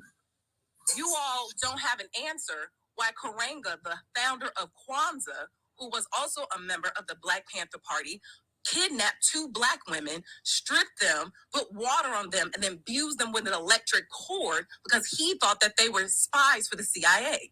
And he went to jail for a little bit, and he was able to come out and have a thriving career in collegiate studies. And that's the thing about Black men. You all will have Black women protect you all when you all are doing horrible things, and then you all will lie and say that you all have been helping Black women, and you've done nothing of the sort. Except for, and to add to that, B, it don't even be that they don't. The thing that makes me upset about having these conversations is not only, like you just laid out perfectly, they don't help, but they also be at the same time hurting, like actively hurting. Like what? Exactly. Like the man said earlier, he wanted to bring up all the leaders, right? I have an example of misogyny for just about every leader you want to pull up. So let's talk about Martin Luther King and the fact that he rather misogyny, because Ella Baker, who actually helped SNCC with the Freedom Rides, right? She's been doing this for the longest. She's the grandmother of civil rights. But like we were just talking about, you know nothing about Ella Baker because of misogyny, but you do know the name Martin Luther King Jr. Martin Luther King Jr. was misogynistic towards Ella Baker. She was more experienced than him, and he was upset that she had more experience because she was a woman, so he made her a secretary. She had to go get coffee and push papers, even though she started the Freedom Rides. And he did not want any woman to be in leadership because all of our Black men who were leaders at the time were coming from the church. And misogyny is steeped rampant in the church. Mm-hmm. Okay, great. I'm glad you said everything that you said. So you can't sit here and tell me that Black men don't enjoy racism and a little bit of misogyny on their plate. They like it both. They like it when it touch too. Like when your grits touch your eggs. Like your sweet potatoes and your macaroni and cheese. Yeah, I like it too. It tastes good. I like the textures. Your macaroni and cheese. That's exactly how they like it. It tastes amazing together. So I love this prompt because we can bring up historical examples of how Black men have left Black women behind time after time after time. And I will yield. Thank you, B. Go ahead, Jerome.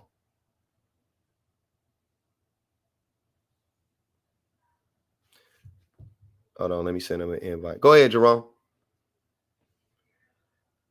I know you ain't. I know you not. Oh yeah. There you go. Okay, woman. First off, before we even start about anything, the first thing a BLK woman is gonna tell you is that she likes to deal with the white tea man. She likes that ain't what she said. Spanish man. She likes to deal.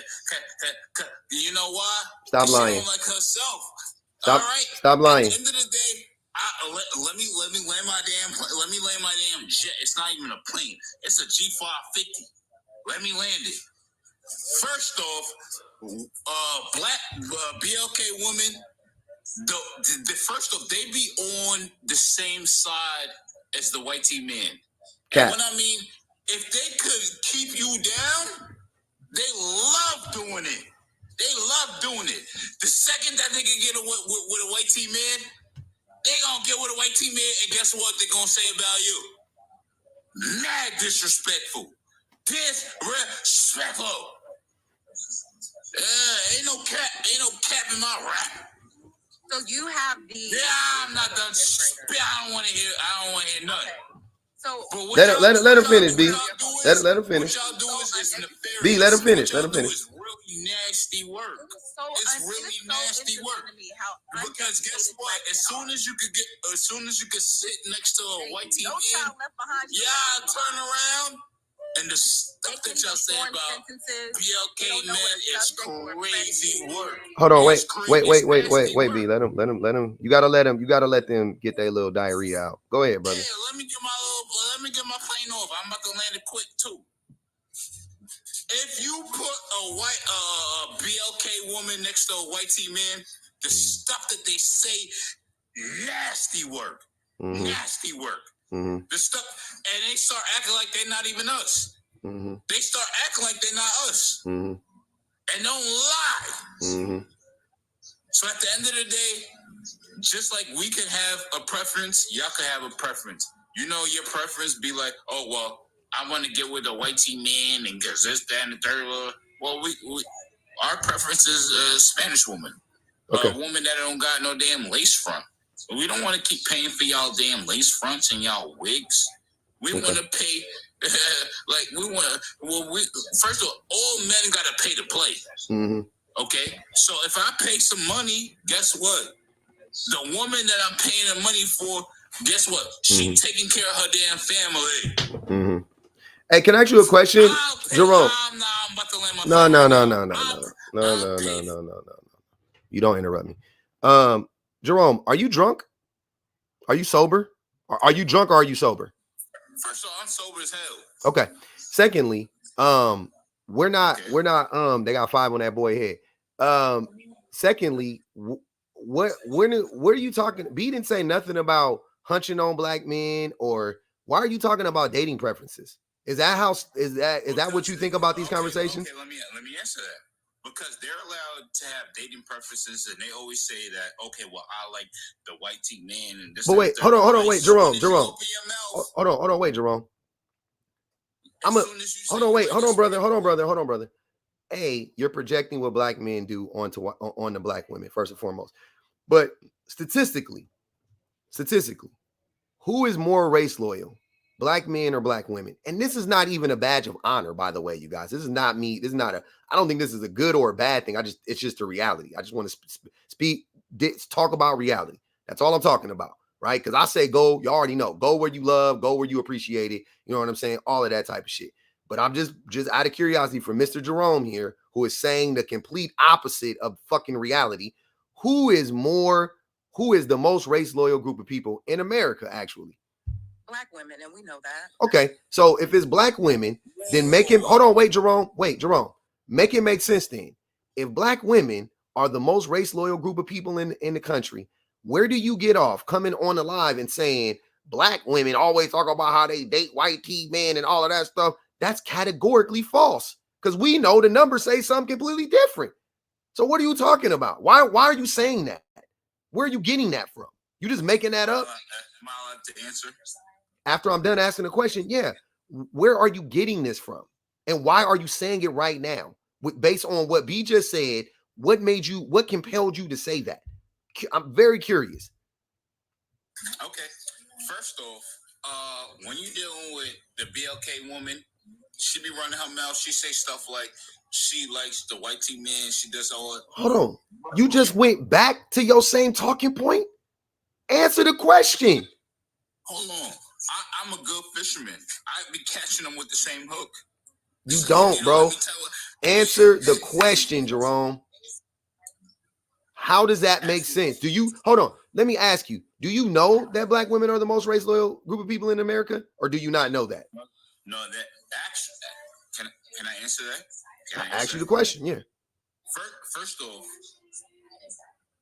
BLK men, yeah, as BLK women, y'all think that y'all own us. For some reason, oh my God, why do you keep going to something else? Do black women, sir, did you or did you not know that black women were the most race loyal group of people in the country?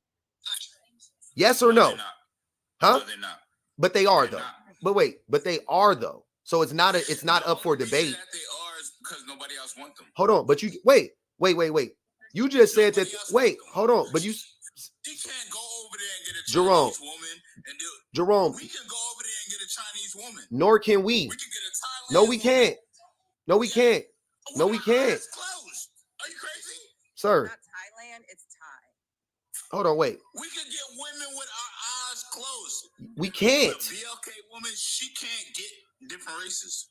She could if she wanted to. That's the thing that blows my mind, is that y'all think that black women, you don't know that. Here's the craziest thing. Y'all don't know that black women be making a conscious decision to not date out. Where is it at? Let's talk to them. Where? Show me right now. I can let you know now, Jerome. I've dated several men of different races. So here's your example. What race? Oh, you meant the example of a black woman dating out. That happens all the time. But it happens all the time. When they hold on, wait, let me be clear. It happens all the time when they want it to happen. Because one thing's for sure, two things for certain, Jerome. When it comes to attraction and lust, if you will, things of that nature, I'm just gonna be women got the upper hand in general, black women included. They got the upper hand. That's a lie. That's a lie. What? That's a lie. Brother. Okay, men, we can go everywhere. No, we can't. Across the damn globe. No, we can't. And everybody gonna find us attractive. That's not true. To a 6'3" man. All right. They don't. I can go anywhere, and I could easily get with any type of woman. These black women can't get with no damn man. First of all, a black woman can't get with a Chinese man because he don't find her attractive. That's 10 on that boy head. Yeah. Hey, sister, y'all need to stop lying. I want to see videos. Show me some videos. I can show you videos of men. There was a whole trend called the black wife effect. You can go look it up right now. If you want to see if videos are the thing you need to make you believe stuff like this, if you need videos to make you believe stuff like this and you don't care about facts or anything like that, there is a whole trend called the black wife effect, where a bunch of black women were transforming their non-black partners into way more attractive people. Wait, hold on. To look like what? To look like black men. Attractive people? No. That's sad. That's sad as hell. You trying to get him a damn taper cut like us? That's sad as hell. You want the white boy? Why you yelling? Like us? Why you yelling? No, that's how I talk. You think a taper? You think a taper cut makes a white man look like a black man? Why don't you just make him look like hey, that boy said a taper cut. Why you gotta try to make him look like us? Why? Come on, bro. Oh my God, man, that's crazy. That's what's crazy. Half of y'all don't They got have hair. 35 on his head. 35 on that boy head. Hey, Pub. Yes, sir. Go ahead, Mello. Now, I just wanted to say this. I don't know how accurate or updated these stats is, but according to Pew Research, the WW marry inside of their race at their lowest rate at 10%, followed by black women at 12%. That's what Pew says. I'm sitting there looking at it right now. What? Chart. White women marry within their race the lowest? No, they don't. That's what Pew says. I'm sitting there looking at it. Come on, fam. The chart. That's not what it says. At 10%, it says black women at 12. Okay. Go to Pew Research. I've already looked up the numbers. It's not on intermarriage. I know. Well, here's the thing, Mello. It says 12%, and it says black men are twice as likely to marry out than black women at 24%. Well, Mello, I just want to also add to the statistic. I just want to also add to the statistic that black men are the one particular race of men that marry the least. So that might be skewing a little bit of what you're reading as well. A lot of black men don't get married. So yeah, we allergic to marriage. Said that we marry outside at twice the rate. We do. So I know that we do though, because black. But you got to think, y'all got to think. Most black men that covet, like a lot of black men. I'm not saying most black men do this, but I'm saying most black men that covet, or most black men that date out, they covet non-black women. So they actively pursue non-black women. You know what I'm saying? So the rate is going to be higher, but that doesn't mean that like Jerome thinks that it's like, oh, that means black men are more sought. We're not. We just pursue it more. That was what I was saying. If black women pursued it just as much, their rates would be higher because they have the advantage. That's what I was trying to tell you. If black women wanted to do it, they could. They don't want to do it. They just don't want to do it. You got to talk to them why. I don't get into the why. You got to ask black women individually. Ask them why. Why don't you? If you don't, why don't you? Have that conversation with them. I'm just telling you, if they were to do it, without a doubt, they would have the advantage over black. Like it would dwarf us if they wanted to. If they wanted to. They choose not to. It's not like black women are like going out actively trying to do this stuff and then they're just being rejected by, like, if they did the same thing, because black men are also highly rejected. We are also highly rejected on that little OK Cupid study that everybody likes to point to and let point and do the bully from the Simpsons laugh to black women. Black men were also at the bottom. We were right next to black women, but for men, we're the lowest. It's the same thing for us. Why was y'all laughing at black women when it was the same thing for us? That's what I'm saying.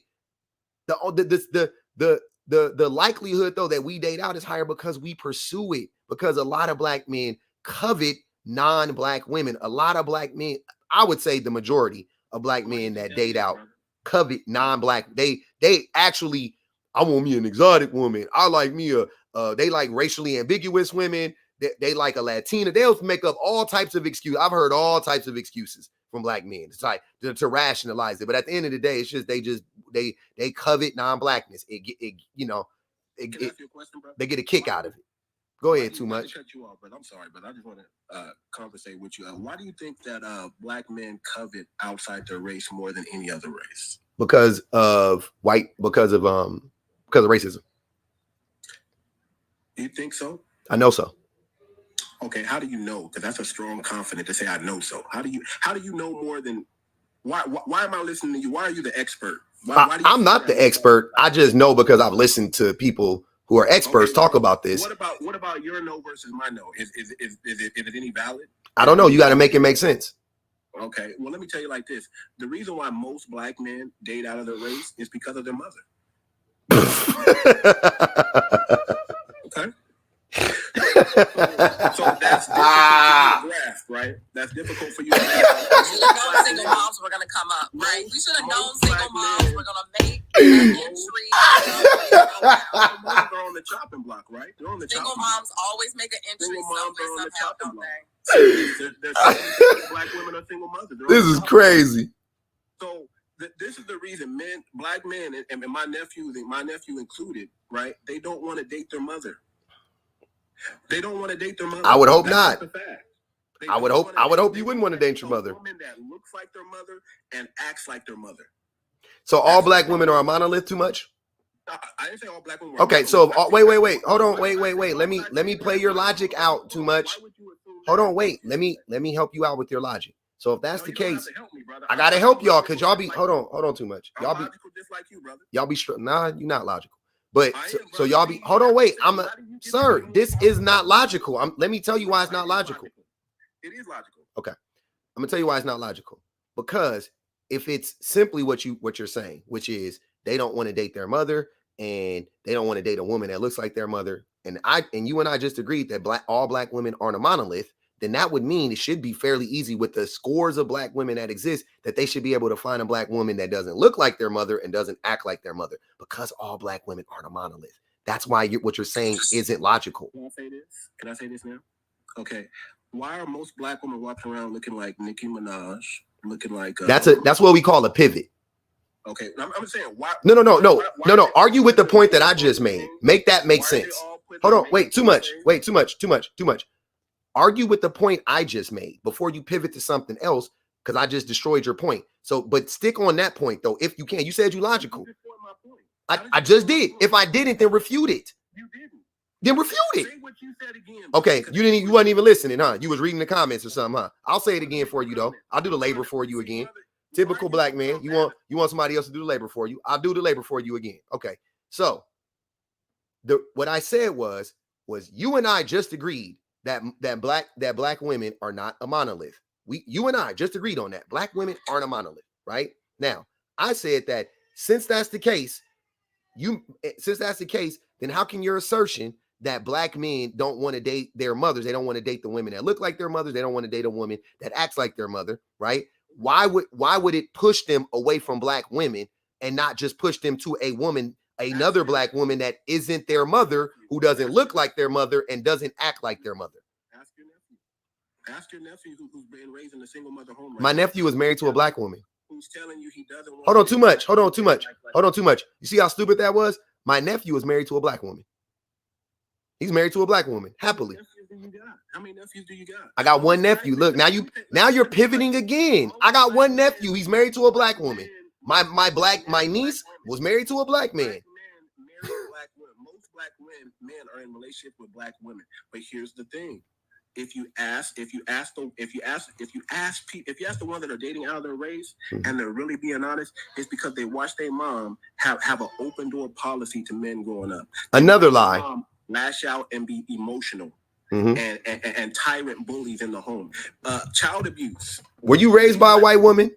Too much? No, first of all, brother, I have a father, brother. I was raised by a man. Oh, you were only raised by your dad. You didn't have a mom in your life? Were you raised? Hold on, wait. Were you raised by your mom? No, I was raised by a man, brother. So hold on, wait. That's what I'm asking you. Hold on, too much. God damn, y'all can't stop talking. What is y'all problem? Are you okay? Hold on, bro. Emotionally regulate yourself. Calm down. This is my live. If I'm talking, then everybody knows to stop talking. So I'm asking you a question. You said that you were raised by a man. So you weren't raised, you didn't have a mom in your life. You only had a dad in your life. That's what I'm asking you. I had a mom, but I was raised by okay, so you had a mom and you had a mother in your life. So you weren't raised, and I'm assuming your mom was black. So what I'm trying to find out is how do you know the difference between how white women or non-black women raise their kids versus black women? When you were raised by a black woman, how do you know? What do you? I never said anything about a white woman raising them kids. Listen, hold on. See, you're illogical. You're trying to make the assertion that black women are the most abusive. They're the most neglectful. They're the most whatever. Okay, based on women in general are tyrant bullies in their home and when the father's gone. That's a fact. But black women, especially single black mothers with aggression and masculine traits, they're abusive to their children. Yes, they are. Okay. Yes, if that's the case, then too much. When you finish and I start talking, then let me finish, because I just heard what you said and I'm about to respond to what you said. So if that is the case, since you're making that assertion, then once again, now we got to go to the other races, because that's what you're bringing up. We're talking about now we have to include the other races, right? I'm trying to figure out, how do you know that a Latino woman isn't like that, or an Asian woman isn't like that, a mother? How do you know that? I'm not even saying black women are like this, by the way. I categorically disagree with you, but I'm just saying I'm going to play your game though. How do you know they're not like that? That's what I'm asking you. You could. So here's the thing. Most other races date inside their race higher than black people. So what? That doesn't answer my question. That does answer. That's a logical answer. That's not logical. I promise you that's not logical. Why are they marrying their women and black men are not? Perfect. Because black men, once again, black people are the furthest away from whiteness. We suffer the most from oppression. So hold on too much. You asked me a question, I'm answering it. Since that's the case, we have a ton of internalized racism, a ton of it, which shows up as anti-blackness, right? Which means colorism and all sorts of other issues arise in the black community because of how far away we are from whiteness and our proximity to whiteness, right? Like we're on the bottom, and what happened is though, you couple that, which this is all in my point, you couple that with misogyny, right? You couple that with the disdain for women, right? And misogynoir, which is the disdain for black women specifically. Hold on, too much. You talk too much. I like your name. It's fitting. You couple those things and you put those things together and you have a perfect recipe. You have a perfect recipe for black men coveting non-black women. That's the point. No, the simple answer is black men don't want to be with a woman that looks like their mother and acts like their mother. When did black men stop being in the home? When did black men start abandoning their children to leave them to be? They did. Hold on, wait. When did black men start abandoning their children? What year did it start when black men, the exodus of black men from the home? What year did it start? When did black women start rejecting men being home? Right around the time. Hold on, wait, too much. That doesn't make sense. You ain't got to be in a home to raise your kids. So when did black men start abandoning their children? I didn't say leaving the women. I said abandoning their children. Listen closer. Listen to what I'm saying. When did black men start to abandon their children? What year? When did it really kick in? Because we have been doing it for 100 years, but when did it really kick in? What year would you say? You're a feminist guard dog. You have feminist talking points. You sound like now you mad because you getting cooked. Now I can tell I got you. Brother, I got you too much. You getting cooked. You thought you was logical. You wanted to. Hey, I told y'all too much. What happened is I told you, if you see me in the forest with a bear, help the bear, bro. You thought you was gonna come in here and tussle with me. You was saving up all your energy. You was like, I'm gonna tussle with public today. Now you in here and you getting cooked and you mad. I'm not muting you. I can't hear what you're saying, so I gotta mute you. I'll let you talk, but I can't hear what you're saying when I'm talking. So you got to stop talking. I just told you, brother. Whenever they brought welfare, Planned Parenthood, all that stuff, that's when it happened. Okay, so welfare started in the 60s. So okay, are you familiar with Jack Johnson? No, I'm not. Tell me about Jack Johnson. Yeah, you should know about Jack Johnson. He was a boxer, right? Jack Johnson was I know about Jack Johnson. Heavyweight champion of the world, early 1900s, turn of the century, right? What did Jack Johnson go to jail for? I don't know. What did he go to jail for? Dating white women. Okay. Right? He's just an example. What's wrong with that? Brother, you Sammy Davis Jr. You missing what I'm saying. You're missing what I'm saying. I'm making the point. Hold on. You're missing the point. You're missing the point. You're trying to argue. Once again, listen to what I'm saying. Brother, you're not smart. Bro. Black men, okay, if I'm not smart, then shut up and let me finish and then refute my point. If it's so dumb, be quiet, let me finish and then refute my point. That's all you got to do. I just did. You don't got to say I'm not smart. You can prove to people that I'm not smart. I don't need to say you're dumb too much. All I got to do is cook you. I don't need to say you're stupid. Watch this. So let's go back. So Jack Johnson is an example of a black man who coveted white tea women to the point to where he was going to prison so he can date them. It wasn't like this was his wife. He literally coveted white tea women. It was multiple white tea women. My goodness, this dude can't shut up. It wasn't one white tea woman. I would give him a pass for that. If it was like, yeah, I just it's my wife. Cool, got you. He coveted white tea women so much he was willing to go to jail for them. Right? Cool. That's what I'm saying, for his love of white tea women. Now, Jack Johnson was very representative of how, fast forward to now, how a lot of black men think when they have access to white tea women. When black men get access to non-black women, a lot of times they turn their back on black women. They start to vilify and demonize black women to make up an excuse for why they covet non-black women. Instead of them just saying, hey, you know what? I like this woman, or whatever the case may be, and I just want to be closer to whiteness, or whatever the case may be, right? They don't say that. They turn around and say the ignorant stuff like you said, like, oh, it's my mama. I don't want to date nobody that look like my mama and da da da da da. But guess what? You look like your mama too much. So if your mama is ugly, you ugly. If your mama is this way, you that way. I don't think black men think their mother is ugly, brother. You just said they don't want a woman. They don't want to date a woman that looks like their mother. They don't want a woman who looks and acts like their mother, meaning that.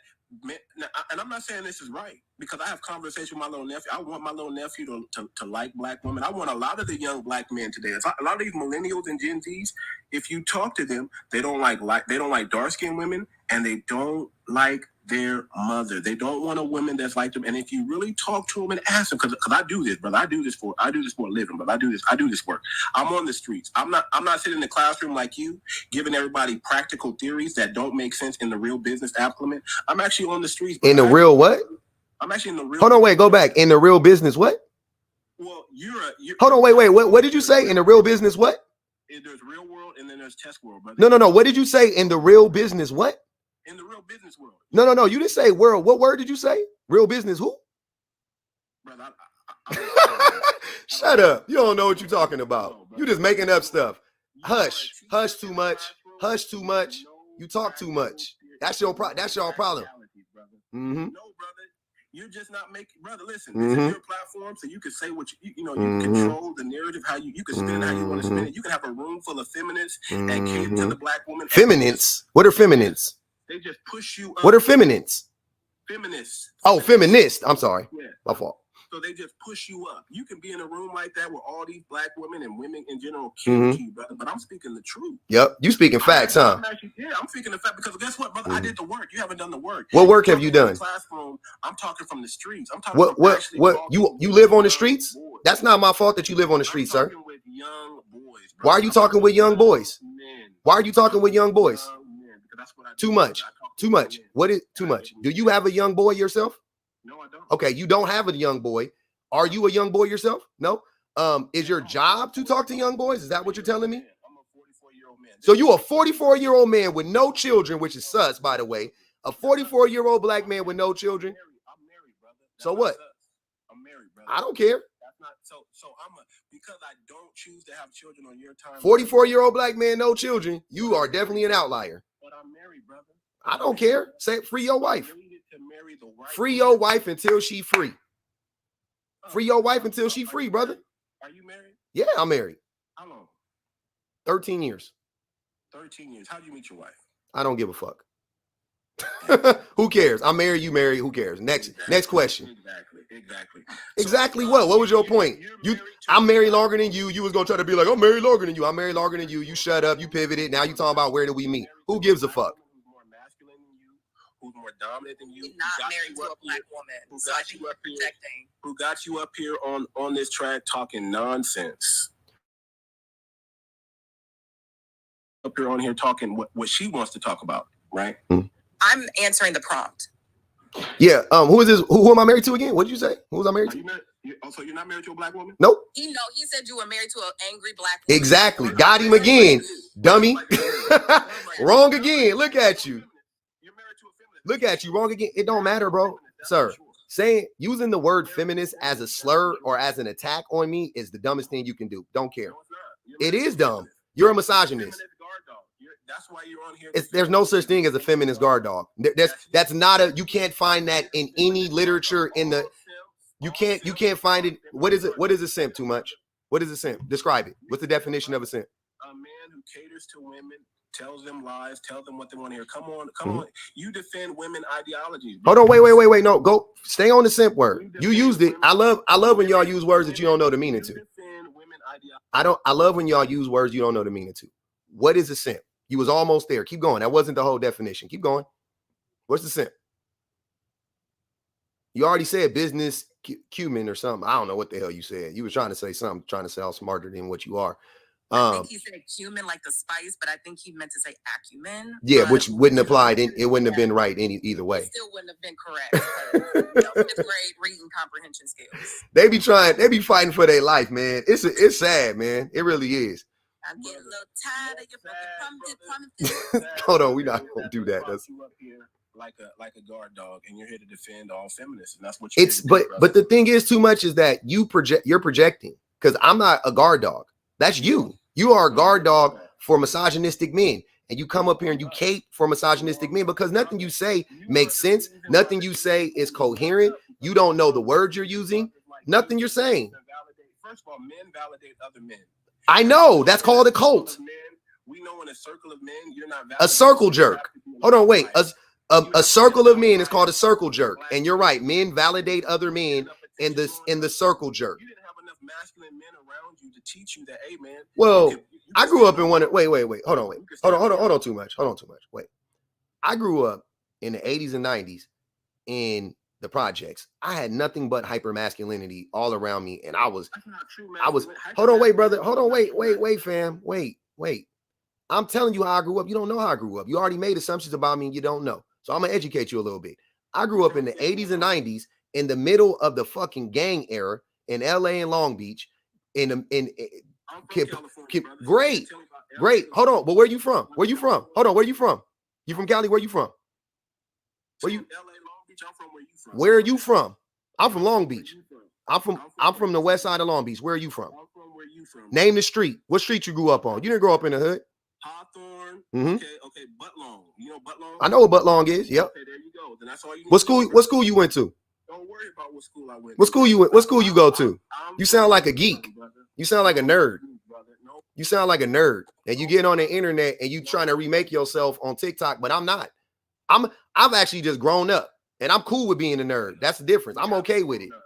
I accept it. I'm good. I'm good with being a geek, brother. It's all good now. But the problem is that when I was growing up, though, I was surrounded by those hyper masculine men you talk about, and I became one of those hyper masculine men, and it really didn't help me. At the time, it did help me to survive, though. I'll be honest with you, because you really only you already know, if you grew up around it, you would know that you had two choices. You could either adapt so you can go outside, because you couldn't even go outside. I promise you already know, bro. During that time, bro, you couldn't go outside if you wasn't with the shits. You was gonna get tested every day. Every day was a test. So you was out. I'm not saying this to you. I'm saying this to anybody that was outside. If you was outside, you had to be that. You had to wear that hyper masculinity. You had to wear that shit but I did, because I was really in it. You was on the porch. That's what I'm trying to tell you. You was on the porch with your daddy, and that's good, bro. You was a good boy. Clarence parents, hey, bro, I'm rooting for you. I love that for you. You was on the porch. Sir, I'm not shaming you. Hold on, too much. I'm not shaming you. I'm just calling it what it is, because you was wrong. No, brother, I was outside. Okay, you was outside in a middle class neighborhood. That's good. I'm happy for you. But I'm telling you how I grew up. You had to be hyper masculine. If you wanted to go outside, you had to be hyper masculine. There was no way around it, or you was gonna get tested. And I got tested a lot, no matter what. Even with all the hyper masculinity, even with running with a crew, it don't matter. You was gonna get tested, bro. And my brother, on the other hand, he was cool too, but he stayed. Why are you mumbling? Nobody hears you. My brother, he wasn't really like that. My brother was a video gamer. He used to play with toys and stuff like that when he was a teenager. And he was staying out. He played basketball. He was not, my brother stayed in the house. I was 6 years younger than him, but I was outside, man. I was in the world, really in the world. What I'm trying to tell you is, though, brother, what you're saying don't make sense. No, it makes a lot of sense, brother. It doesn't. You just yapping. Listen, brother, you're a Pookie and a Ray Ray, right? That's I'm married. Hold on, wait. Do you know what is a Pookie and a Ray Ray? You, brother. No, no. Describe it. See, got you again. You don't know the word you're using. What's a Pookie and a Ray Ray? Go ahead. A hyper masculine man. Mm-hmm. So you grew up and you had to be hyper masculine to survive, mm-hmm. right? Yep. So you grew up like a Pookie and a Ray Ray, brother. You were. But am I a Pookie and a Ray Ray? Because you said I am. Didn't you say you changed? You said I am. No, I said you were. Oh, I was. No, you said I am. But okay, now it was. Okay, yeah, I was that. Yeah, for sure. I was a fuck boy. Yeah, absolutely. Because you grew up with your daddy in a good neighborhood. Clarence parents had real nice terrace. You was in the house on the porch. You was a nice guy, bro. You was a good guy, bro. Damn, I'm applauding you, fam. Jesus Christ. I wish I had that life. Brother, I wish I didn't have to do the shit I did when I was growing up. You're not taught to be. Come on, bro. Cam up. Too much. Cam up. Cam up too much. Listen, brother, you want to see me, brother? Just go to Cam my up. platform. Just go to my platform, brother. Cam up, bro. Right now. Cam up. What's camming up gonna do? Just cam up right now, bro. I just want to have a conversation with you face to face. You super masculine. That don't sound very masculine to me. A man that don't want to cam up so he can talk to a man eye to eye. Cam up, brother. Brother, hold on, brother. Let me get myself situated, brother. Yeah, I know. I work nights. I got you. It don't matter, brother. I have no problem. You a grown man wanting to see another man. Yeah, you unattractive either way. You ain't got to fix yourself up, us. If that's you want to see what another man looks like. I do. I want to talk to you eye to eye, brother. So be it, brother. But let me tell you like this, brother. You grew up as a Pookie and a Ray Ray. Mm-hmm. I did. Single mother. Yep. That's why you were a feminist guard dog, brother. Well, that's wait. But masculinity. You were raised with false masculinity. That's why you're on here capping for women and calling other men misogynists. That lets me know you do not know the definition of misogyny. If you're a man, what is the definition of misogyny? A man who hates women. Too much. A man who hates women. And what else? That's not the whole definition. That's a man who hates women. No, that's not it. Keep going. There's more to it. No, a man who hates I women. know. What else is there to it though? Women, brother. That's what else is there to it? There's other. But you sound like a woman, man. Jesus Christ, man. You sound like a woman, bro. I got you, bro. Cam up. I ain't forgot about it. Cam up. We waiting on you. Put your hat on or whatever you got to do. Put a shirt on. I know it's hot. Go on and cam up, brother. We'll wait.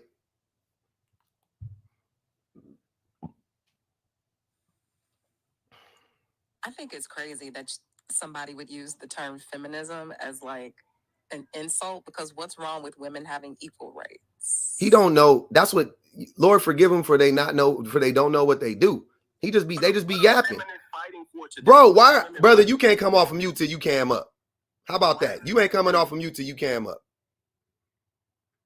Cam up, and then you could talk. Yeah, we're prepared for the jump scare, but please do. Talk to us face to face, brother. I would like for us to go back to the panel. I mean, back to the prompt, because I see we have gotten so far away from it. And it's always crazy how single moms come up in every conversation. Like, wow, it's always going to be a single mom's fault. And this is why it's just hard having these conversations, because we want to look at the Black men in our community as the leaders who can really, quote unquote, bring us together and move us forward. But we're talking about lashes and lace fronts and preferences and Spanish girls, and Spanish is a language, it's not an ethnicity.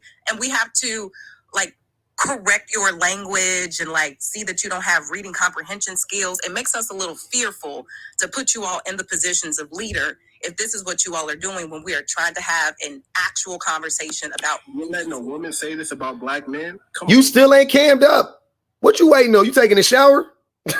Cam up, man. Get the crust out your eyes. Hurry up, bro. She ain't said nothing wrong. You don't know the words you using. You basically you sound high key illiterate. High key, not low key. High key. High key. All masculinity aside, and here's the problem with masculinity too much. Masculinity, it doesn't value intelligence or intellect. So but sir, and hold on, wait. I got you. But here's the problem. Masculinity makes me sound, hey man, I'm gonna keep it a bean with you. My mama taught me to be violent as hell, and it was crazy. I had to. It's definitely yes. It is. No, you don't know. See, that's what I'm talking about. You don't even. I bet you don't. What is masculinity? What is the definition? First of all, what's it? Hold on. Wait too much. Wait, what is the definition of masculinity? Wow. Go look it up. I know it. I don't ask definitions of words I don't know. Huh? What is the definition of masculinity? I'm asking you what's the definition. I bet I got $100 right now. You don't know the definition of masculinity right now. Nope. Say it right now. Yeah, you don't know it. You don't know the definition of the words you're using. You don't know. Stop using words you don't know the definitions to. Just stop, bro. You don't know what you're talking about. You need to stop. This is sad, bro. You going out bad, man. You still ain't cammed up. You still ain't cammed up. You not a man of your word. Your daddy didn't teach you to be a man of your word too much. My mama taught me to be a man of my word. Your daddy taught you to not be a man of your word. Your daddy taught you not to be a man of your word, huh? Nasty work, bro. Cam up. Cam up, bro. I don't want no jail picture. Cam up. Tonight, right now. Broad daylight. I don't need no cam. I don't need no pictures. Cam up. You here right now. Cut your camera on. Stop yapping. Get the camming up. Go ahead, Alpha Game Podcast. Who is it? It better not be a woman. I'm dropping you. A woman. I'm not a woman. No, man. Go ahead, brother. Yeah. Well, y'all be tricking me with these names. Y'all be tricking me with these names. What's that? Certain words where you put black men. Well, you reading? You mean I'm reading the thing behind you. Oh, this is crazy. You get up here and then read. Hey, throw it up there for us. Okay. Throw it up there for us, Jeff. Let me see it. Are you more or less saying that black men are rejecting okay. black women? What'd you say? Are you more or less saying that black men are rejecting white women? I mean, black men are rejecting black women. This is not even about dating or anything like that. I didn't say it was to do with dating. When you say reject them in what way then? I mean, like pushing them to one side because of their attitude and pushing them to one side. What do you mean? Okay, let's tumble down the rabbit hole. I noticed, right, that, and I see it because I'm the same. I do the same thing as Too Much does. I interview people. I have my own platform. And when you speak to people in the real world, you know what I mean? You burst out. That's not even me, but that is my co-host. And that's a real brother right there that you showing. Oh, man, he said it ain't him. Get the other man. Hold on. That's a real brother right there. But that's okay. That's my co-host won't be, and I don't see what's laughable. Hold on, man. Get the other guy, man. Hold on. They said it's another man. He said it's somebody else. What the other man look like? Jesus. Go ahead. I knew he looked. You know what was funny? I knew you looked like that, but I guess that ain't you. But I thought that's what you looked like. No, you didn't know, bro. That's crazy. I did. I really did think you looked like that. He's a thorough brother that you're trying to clown him. Why? Because I ain't even trying to clown him. Hey, man. Hey, hold on, wait. Shout out to that brother. I'm sorry, brother, because you ain't in here to defend yourself, and I don't even know you personally, and your homie got you in some shit. So you can take his picture down, Jeff. I don't even want it because it ain't even about him. Definitely we gonna put your picture up there. Don't worry. Your picture coming. Don't worry about it, brother. Your picture on this way. Your picture on this way, brother. Don't worry about it. It's coming. Don't worry. This is what women do. You do shaming tactics on men. That's why you're a woman. And what? Hold on. Wait. That's more projection. That's what you were doing to me. That's facts. That's what you just did. That is what you were doing to me. Black man, you started laughing at him. What for? My man, your dude was talking and y'all just like started arguing and cut him off in the middle of his. James, what you talking about? Why you talking? You're a weak man, bro. I'm gonna let you know that cut him off in the middle you were of his raised by a spiel, single bro. mother. So what'd you say too much? You were raised by a single mother, bro. That's why you have false masculinity. That's why you're a weak man. So can I ask you a question? Is that not shaming? Are you not trying to shame me? That brother got a picture of me, right? That's me. You want to see me? That's me right there. That's me. You want to laugh at me? What is there to laugh at? Go ahead, give it to me. Give it to me, brother. That's me. Give it to me. Man, dude, why do y'all always got the same look? This shit crazy, bro. I just grew my beard out, brother. Brother, when I'm shaved up and polished, I'm as sexy as you want to be, brother. You are a feminist guard dog, brother. I'm a real man out here. I'm a real man out here, and you got a white tee man. You're acting like what? What acting like? Y'all cuter than me or something? Is that what we going over? You think you're cuter than me? That's a woman trait. That's a woman trait, brother. You're talking to a man. I don't have to be cute. I don't have to wear makeup. I can walk outside and pull just as me.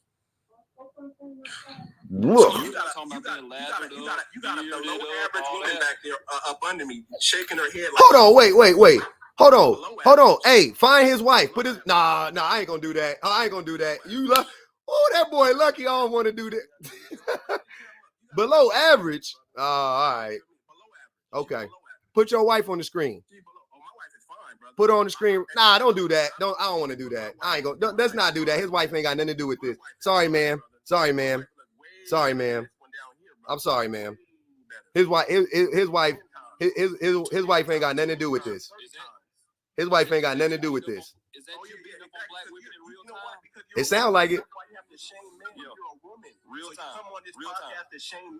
You're a woman, bro. You're a feminist. You're a feminist guard dog, and you prove my point. Mm-hmm. That's why you up here trying to shame men off of looks. You should be ashamed of yourself, brother. You're not even that handsome. No, the thing, it wasn't that you looked.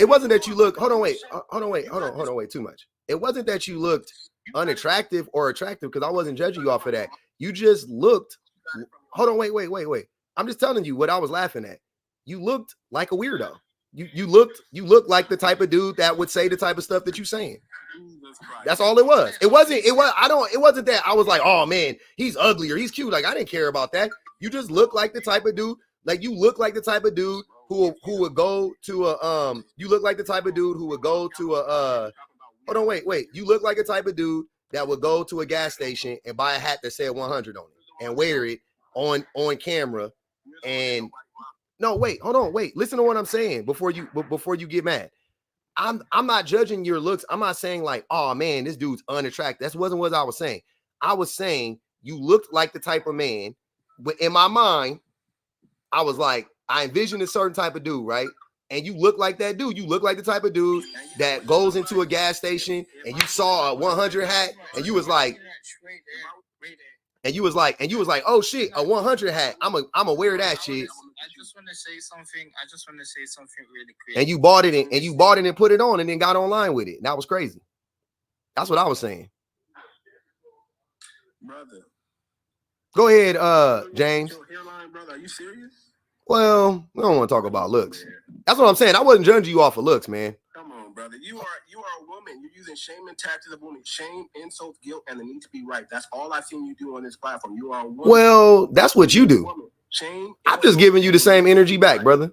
And then you're trying to guilt. Hold on, wait. Hold on. I match energy too much. I match energy. You came on here. You was yapping. You was trying to be disrespectful. You were being condescending. You were talking out of the side of your neck. Then when I push back, now you a victim. But you act like a typical snowflake of a man. That's how men act all the time. You're right. I don't act like a man in that way. I'm not a snowflake. I could dish it and take it. It don't bother me at all. I just gave it back to you. I was just showing you. It's weird. You haven't changed. You haven't leveled up. There's no growth yet. What do you mean I haven't leveled up? In what way? You haven't leveled up, brother. There's no growth in you. There's no growth. We can hear it. We can hear it. Huh? And you got this. I want to say something. Looking for all this attention, kissing the camera. Look how bad black women need attention. That they got to do this on. Look how bad she needs attention. Look at it. Go ahead and strip for us, then, man. Go ahead and strip. Go ahead and strip. Because we know your power is in your sexuality. It's not in your mindset. Mm-hmm. It's not in your traditions. It's not in your values. Black women's strength and modern women's strength are in their sexuality. They have to dress up. They have to dress provocative just to get attention. They got to do stuff like this woman down here is doing just to get attention on TikTok. That's a shame, brother.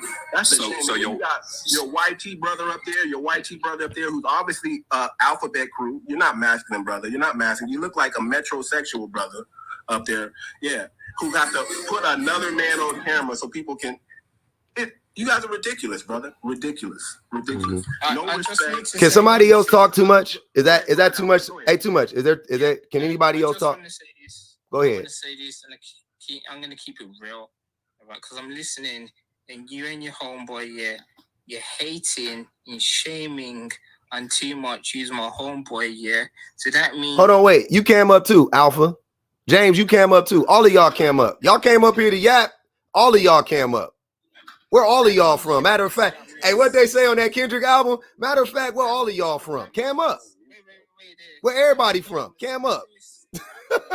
Everybody cam up. Everybody cam up. I love this type of shit. Yeah, this gonna be fun. Too much.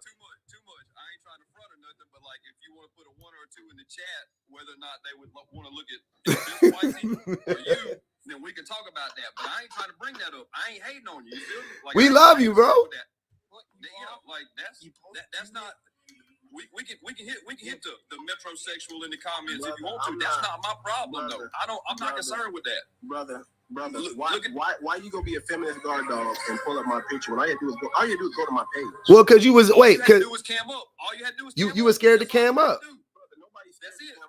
Nobody's scared to clearly. I work with you. Clarence, have you cammed up yet? Clarence. Clarence is crazy. I don't feel the need Clarence. for another man, brother.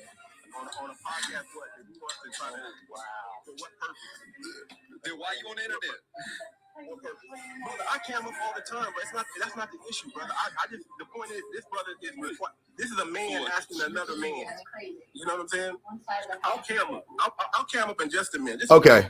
Hold on. I got you. But y'all are ridiculous. You both of you guys seem like you guys were raised by single mothers. We were ridiculous. We got time for ridiculous today. We were, man. That's the thing. Y'all not a man. Hold on. You know why I love when y'all say that. I don't think you guys understand that when you guys say that that these men were raised by single men, and then you say that the reason why you are the way that you are is because you had a father in your home. You make the case over and over and over again for why fathers shouldn't be in the home with their sons specifically, like over and over and over again. Like I hear it every day, and the men get mad at me because I'll be sitting there like, yeah, you see what happens when your son is raised by a misogynistic man who passed down his illiteracy to his son. Like, hold on, wait. When you are raised by an illiterate man and then he passes down his illiteracy to you, like a STD or something like that, like diabetes or something, like illiteracy should not be transferable, but somehow it is. You know what I'm saying? So when you that's what I be saying. I don't think I'm a better man than you because I don't judge people like that. You think you're better man? I think I could read better than you. You think you could read better than me? I 100% know I could read better than you. Brother. I want to say something. we can set it up any day you want to.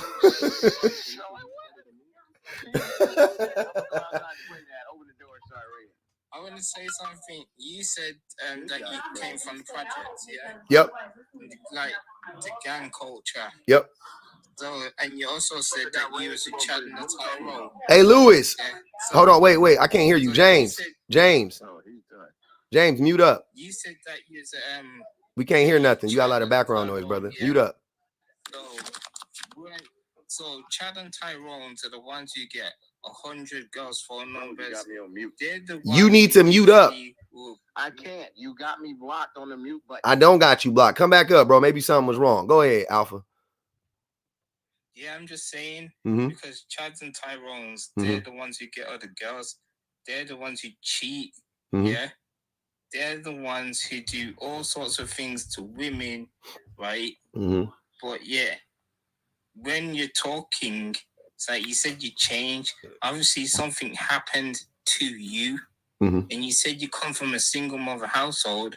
So obviously, your mom must have done something if you was raised in that environment, because you said there's no father. You didn't have a father in your life. Yeah. So you can't. Well, yeah, this is what I'm saying though. So Alpha, let me tell you something about my dad. My dad was my dad sold dope. My dad was a pimp. My dad was a criminal. He eventually, changed his life for a period of time. And then he fell into alcoholism and hold on, too much. Why are you talking while I'm talking? Jesus Christ. So that dude not being around was actually a good thing, right? For me, at least. I wouldn't have wanted that guy, right? He was an abuser in so many ways. He cheated on my mom, all types of stuff. He was terrible. He was a terrible human being. He's still alive. He's a terrible human being. To me. You see where he's coming from, brother. He hates men. No, I don't hate men. You're a misandrist, brother. You're a misandrist. You hate men. That's not a real word. Too much. Misandry is a man. Hold on. Hold on. Wait. Hold on, y'all. Too much. Spell the word you just said right now. Spell it. I can't hear you. You're muted. Spell it. Spell the word. Brother, misandry. You asking me to spell misandry? What am I? What did you call me? You're a misandrist, brother. Oh, okay. Because you were calling me a misandrist, but that's not a real word. But go ahead. Yeah, it's misandry. That's what I'm saying. I told you that you don't know the word. You just say words that you heard. Look, hold on, man. Hold on, y'all. I'm tired of every day talking to a bunch of dudes who with their whole chest, they want to argue, but they cannot read past the 5th grade. It's frustrating. Like, you talking, like, of all the things your daddy taught you, he didn't teach you how to read. Of all the things your dad, I don't have a degree. I have a bachelor's degree, brother. Then why can't you read? Brother, what are you talking Why about? can't you read? Why don't you know the definitions of the words you're using? You're not making a strong case for yourself. You're making, look, how did you get your degree? Did a girl help you get it? Did your wife help you get your degree in college? Because a lot of women do that. Was she doing your homework for you? Keep it a bean. Was your wife doing your homework for you? Was some girl doing your homework for you? Because I literally saw that happen a lot of times. Because you don't know the words you're using. Brother, you're hyper masculine. You were raised by a woman. You have false masculine. I'm not, bro. I don't care about none of that stuff. I'm just, look, you know what's crazy? I don't have to project. I don't have to assume shit about you. I'm saying in real time, you're proving to me at least that you don't know the words you are using. You're just regurgitating words you heard, man. You don't know the words. Why your chain small? Can I diamond test that? Why your chain small? There's not diamonds. It's metal. Why you got a chain on? What kind of chain is that? What kind of This is wild. What kind of shirt you got on, brother? This is wild. Hold on. I just want to say, are you living in a mansion, brother? Are you living in a mansion? What's going on with you? Why you over here got the Vito Corleone haircut, brother? Why your hairline back like 3 inches, brother? Why your forehead shining? Why you sweating right now? Are you in a hot room? Can you put the air conditioner on where you at, brother? Do you have air conditioning? Do you have a central air heating? Do you have that? Because you sweating a lot for this podcast right here. You sweating a lot. I just want to know.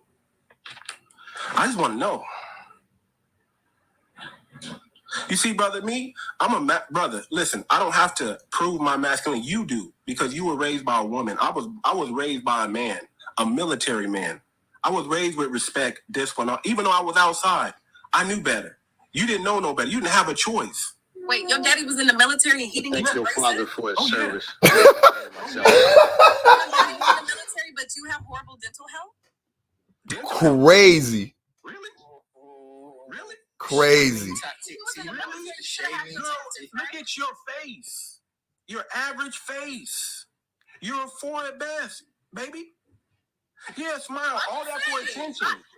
All that for attention. Look at you. You gotta wear what? What's your real natural hair look like? What's your real natural? You know, the only thing I can give you props for is that you're not wearing makeup right now, and you don't got the Muppet eyelashes on, right? Well, here's the thing, my love. I really thought your dad was in the He cammed up, y'all. My wife will kill you. My wife, if I stand next to my wife, I look 10 feet tall. If you stand next to your man, he looks like a peon. They got 5 on that boy head. That's the difference. They got 5 on too much head. You don't have to be upset, my love. I just asked about Nobody's your upset. why you didn't get none. Nobody's upset. You've been upset the entire time. You've been the most emotional the entire time. I'm gonna apologize because you are actually a black woman. You're actually a black woman with no makeup on.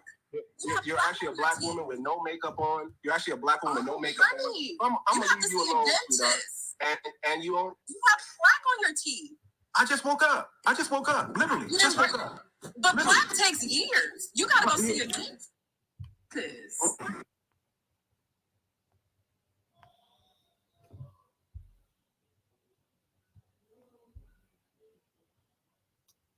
Whatever. All right, y'all. Enough of the bullying. We not bullying on here. We good. Yeah, it got a bit crazy. Yeah, y'all got to calm that shit down. I wanted to know how comes you started that? You're funny too much. They got. Saying that I'm bullying? No, I'm saying this. Us doing this. I'm saying us bagging on each other. They'll flag it for hate speech.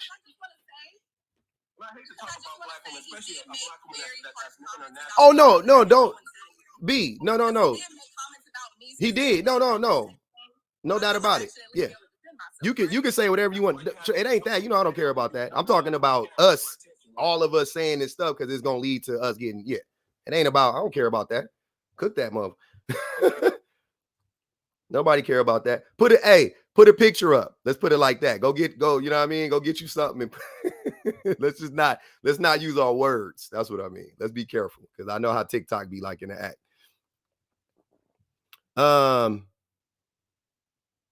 Yeah. That was crazy, man. This man unhinged. I'm just letting him crash out. I like it. I'm letting him crash out. I'm letting him crash out in front of the world. I want his wife to see this. He up here arguing with a woman, calling her names. I want his wife to see this. This is crazy. 5-year-old, like we on the playground. Like, are you an adult or not? I want to ask the question. Yeah, right. Oh. Because I've noticed here that you said too much is arguing with a woman, but yet you didn't say she's arguing with too much. Why is that? Because she just called out the fact that he was being disrespectful and he was being disrespectful to her. She started shaming. No, she didn't. Hold on, wait. He started shaming her. He mentioned how she looked first. She just responded to it. See what I'm saying? Y'all some typical gaslighters. Y'all some typical gaslighters. Y'all like to throw rocks and hide y'all hands, right? Real masculine, because that is masculine. That's what men do. Men are top flight gaslighters. I love your brand of masculinity too much in Alpha. You guys prove that masculinity has no purpose. Because what's your purpose? I'm married. I ain't no simp. I'm not a feminist guard. Well, I'm married with 5 kids. You married with 5 kids. So? Yeah, and my wife loves that. I'm masculine. Simple. What makes you masculine? Do you mean what makes me masculine? You heard what I said. What makes you masculine? That sort of question. What makes you masculine? That's irrelevant. It's very relevant. You said your wife loves you being masculine. What makes you masculine? Yeah. Because we're not you, brother. You know what? It's irrelevant. To be something we're not. We can be ourselves. Y'all got it's 25 on Too Much Head, just so y'all know. The clock is ticking. I got 25 on that boy head. Go ahead, Alpha. What you ain't even Too Much don't even care about you, Alpha. He won't even let you talk. He keep interrupting you. What makes you masculine? You mean what makes me masculine? You said you brought up that your wife. Hold on, I'll slow this down. I'm gonna slow this down for the people in the back, for the kids in the back, the ones that was left behind. Sir, you mentioned that your wife loves that you are masculine. Now I want you to tell us, what is masculinity? What makes you masculine? What makes me masculine? What makes me masculine is the fact that I know what my place is in the world. I know that I got a burden of performance on my shoulders to look after my family and to also go out in the world to work to make sure society runs. Because if it wasn't for men, the infrastructure wouldn't run. How much you want to bet that that's not true? Oh, really? Mm-hmm. So why is it, that men do the most dangerous jobs here, right? Mm-hmm. Why is it, that women only do jobs that they're sitting behind a desk? Yep, those are the only jobs women do. But here's the thing: what if I told you? What if I hold on, wait. You asked a question. Now I'm gonna answer it for you because you're talking slow. I'm gonna tell you something. The reason why that is the case, the reason why women are pushed out of the dangerous jobs, whatever you want to say, is because men set it up that way. They don't allow women to work the jobs. Historically and currently, they don't do it, right? So that's a dumb. So to ask that question would be like asking that about a black person and saying like, why aren't there more black doctors? Why aren't there more black lawyers? Why aren't there more black people? Why aren't there more black? Hold on. Why aren't there more black people in construction? Alpha, too much. Why? There's loads of black people in construction. There's not. Only like 3% of construction workers are black. You don't know what you're talking about. Are you in construction? Yes, I'm in Are you building infrastructure, Alpha? Yes. What you do? With my brother. What you? Oh my days. What you do? I can't believe you Brother, asking. stop being a feminine guard dog and talk like a man. Too much. You ain't got nothing to add. You got something to add too much? You want to tell us? You want to tell us why women are locked out of these jobs? Or you want to tell us why there ain't no black people in construction? You want to tell us why? Why women are locked out of these jobs? Because they don't go for them. They don't go for those jobs. And why don't they go for those jobs? Just like not a lot of black men go for being lawyers, go for being construction. And why not? I hear you, but why not? Because they choose that. Why did they choose it? It's a choice. Why did they choose it? Well, I don't know, brother. We could talk about the Okay, so now let's talk about the why, because that's all I've been asking you. Why do black women? Hold on, because men abandoned the children. Duh. Go ahead, B. Go ahead, B. Go ahead, B. Thank you. So to answer the question, women are entering into male-dominated spaces. Unfortunately, they are still dealing with discrimination. There are still a lot of employers that do not want to hire women. They do not give women interviews, and they do not promote women. They do not put women in leadership positions. So it is not to say that women do not want to go out for these roles because they're dangerous. Women are literally pushed out of these roles. They are told they cannot work these roles. And even if they have more experience than the men sitting next to them in the interview, they typically will pick a man because we still live in a very patriarchal, racist, sexist society. So my love, it's not that women don't go out for it. It's just that you all are still very misogynistic and discriminatory. Oh, so if we're misogynistic, the way you're talking to us, it means you're misandrist. Wow. And I know what misandrist means. It means to hate and contempt against men. Come on. Why is me in the stating dictionary? a fact? Why is me stating a fact making me a because you not keep saying misandry is not a real word. Yes, it is. Look it up in the dictionary. She never said it wasn't a word, Alpha. She never said it wasn't a real word. Right, I never said it was a real word. I'm asking, why are you calling me a misandrist for stating fact? That's not a fact. That's an opinion. No, women do deal with discrimination at work. That is a fact. That's not a fact. Women do discriminate. Women do deal with discrimination at work simply because they're women. That is what? That's not a fact. That's not a fact. You sound like a white man. I can't communicate. All the you got your white tea guy up here. Talk to him. But he knows. What does a white man have to do with my statement?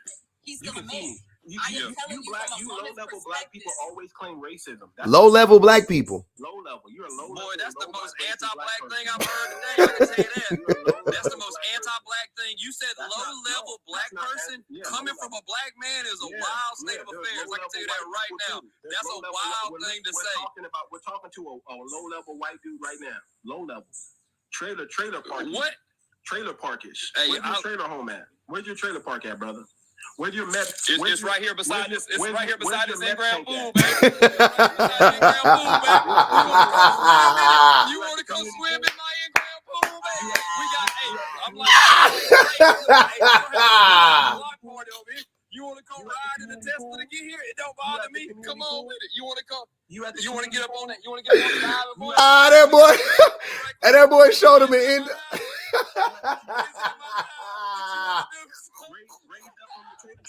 To an Airbnb. Now he mad. Now he mad because he got his pool in the ground. That boy mad.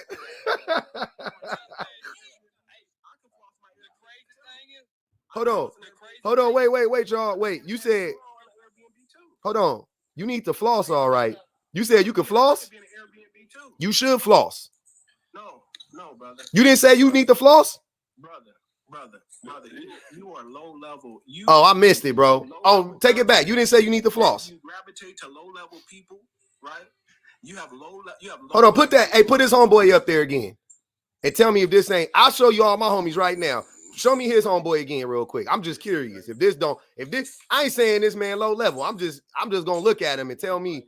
I'm curious. I'm interested now. How much did that chain cost around your neck? Like $5, I think. Yeah, I bet you did.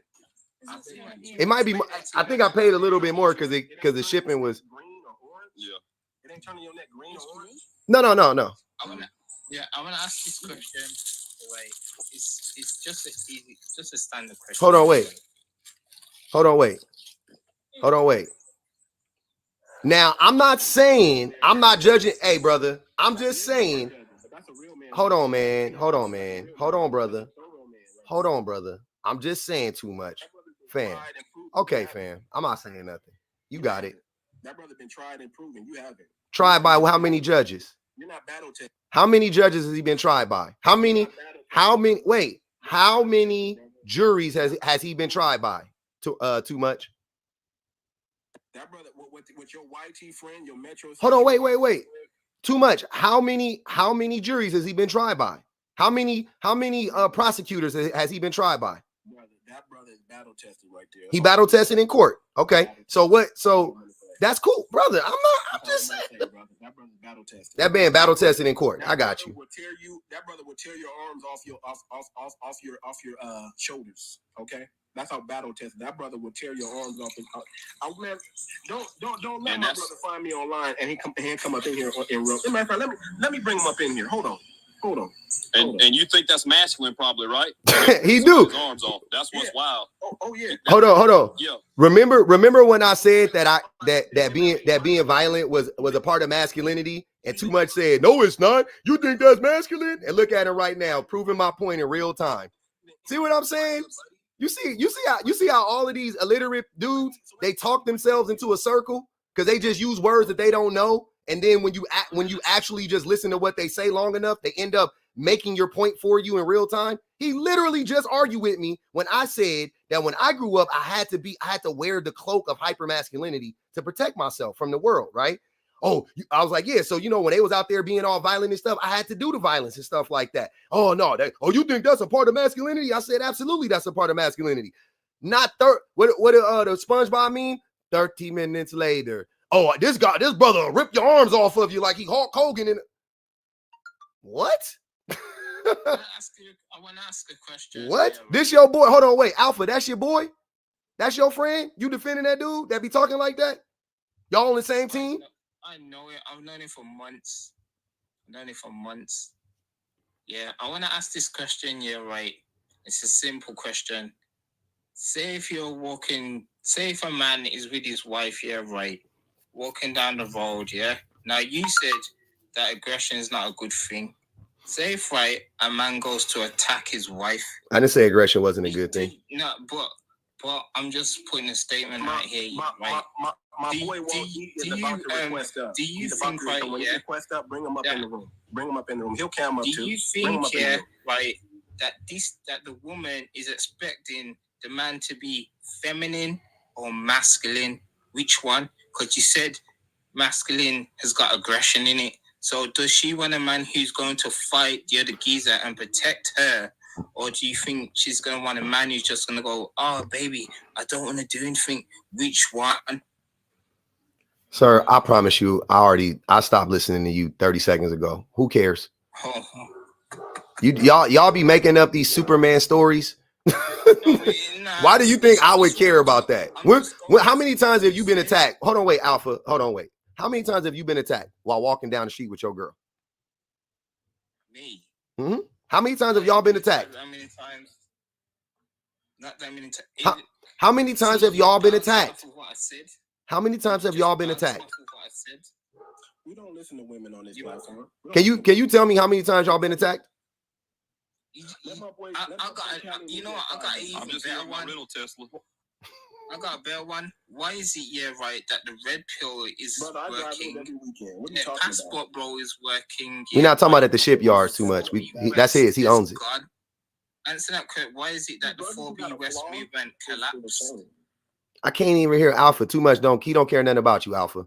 That's how you men are. Y'all talk over each other because y'all don't have no respect for nobody. Go ahead, Alpha. I'm listening to you, brother.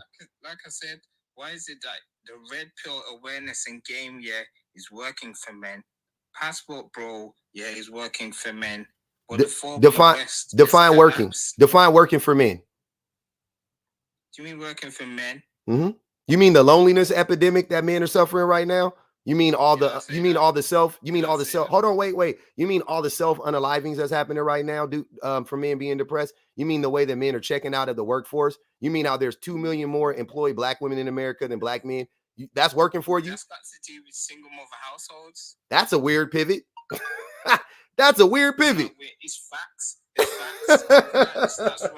I just How did we get back to single moms? that's all they got. That's all they got is single mothers. It's facts. All they got is single mothers. That you were stunted in life. Your growth was stunted. You wasn't allowed to be a man. Who, me? I'm 6 feet tall. Brother, you're stunted. You're stunted. I'm 6 feet tall, brother. I could dunk. I'm not stunted. I'm 6 feet also, brother. My growth was not stunted, bro. I'm good. I'm good. And guess what? Hold on, wait. And guess what? Hold on, wait. Well, I know he not talking about intellect. Hold on. Wait. And here's a crazy thing too. Prison intelligence. That's what you got. Okay. Hey, it's intelligence. Degree from a jail cell, right? You got your degree from a jail cell, right? So you think I've been to prison? Yeah, I do. Yeah, you've been to prison. You said you grew up in the project. You was outside, right? Yeah. You didn't go to prison? Nope. Okay. Because every black man in the projects goes to prison, huh? Well, majority. Then why didn't you go to prison since you was outside too? Were you a criminal? Y'all got him up out of here. Y'all took long enough. Y'all his boy up here now. You can pay $100 and come back up, man, if you want to. They paid the $50 to drop you. Anti-black. He might as well call you a slave. That was so anti-black. That was crazy. He said he was hold on, this is crazy, y'all. Y'all hearing this? Am I the only one listening to this? Chat, man, I can't chat down in the bottom because you got me muted. Oh, okay. Well, come up. What you want to say, man? I just came up here to show them the single mothers doing better than them too. Hey, look at that view. That's Chicago, baby. I just wanted them to know the single mothers doing better than y'all. That's the win. You out there by B Bad. You got to go meet up with B. You in Chicago? I am in Chicago. Damn, how y'all know that quick? Cause we know the river. Girl, I know Chicago River when I see it. Well, yes. We know the river. Yes, that's where I am. That's cute. So not too much on the single mothers because we doing better than y'all too. Okay, hate to break it to you. Welcome to Chicago, Shan. Thank you. I'm just here for work. I'm here for a work conference. I'll be here for the week. Okay. Meanwhile, he's on night shift. He's on night shift. He brushes his teeth yet. Meanwhile, he's like, I can't cam up. I gotta get ready. I gotta get ready to see the camera. I can't. Hey, man. Y'all be looking at me looking rough like that. I can't do that. Hey, too much. You got to pay $100 to come back, bro. They pay $50 to drop you. Clarence was something. Clarence was wilding. That man said, I was outside too. Okay. And then once again, he contradicted himself. 2 minutes later, what'd he say? All black men that was outside doing that stuff, you must be in prison. Nah, but I didn't go to prison though. I thought you was outside too with me. Come on, Clarence. You got real nice parents. And that's cool, brother. The thing is, my son gonna be like you, but smart. He gonna be a good boy. My son gonna be just like you, but smart. He gonna be exactly like you, but intelligent and better looking. Like, ain't nothing wrong with that. I'll be outside of that. I'll be rooting for y'all. I don't understand where's the hate coming from. You act like I'm mad at you because you got a dad in your house. I want more boys and girls to have their fathers in their homes raised right. You think I'm against that? I don't know why black men think it's a flex to say that you had a rough life. From the trenches. It's not. It's not a flex. We want more for y'all. We really do want more for y'all. But you know what is a flex, B? And us too. I'm advocating for the whitey ones that definitely was raised real. You know, that trailer park situation he was talking about was real. That's real. That's anti-people, right? That's facts. Anti-people. When he's saying stuff like that, you know what I mean? I was raised rough, right? So I'm trying not to have my daughter raised like that. And I don't want anybody else's youngest raised like that. And we're trying to advocate for that. So we can't keep pushing down, using words like low level and all that type of that's crazy. Up here. Crazy. If you're so happy in your relationship, why are you up here hating on everybody else? I'm so confused at this. It's so wild, outlandish talk here. You love your woman, but you on a live in the middle of the day. Calling me a 4. I literally am a 9. Don't do that to yourself. That's a crazy. Do not throw your. Let's clear that up. He's blind and has plaque in his teeth. Hey, the plaque be going to his. There, I go. Hey, hold on, Callie. Because he called me a 4 and then was like, "But you look good without them lashes, and you look good without that makeup, and you look good because you." I'm like, "Do I look good or am I a 4?" Like you sat there and gave me 2 compliments and then turned around and called me a 4. He loved you. He just was trying to shame. You know how they do it. They got to shame you and love you at the same. They slug you and hug you. That's how they. That's their form of love. They slug and hug. That's how they show you love. You know how it is.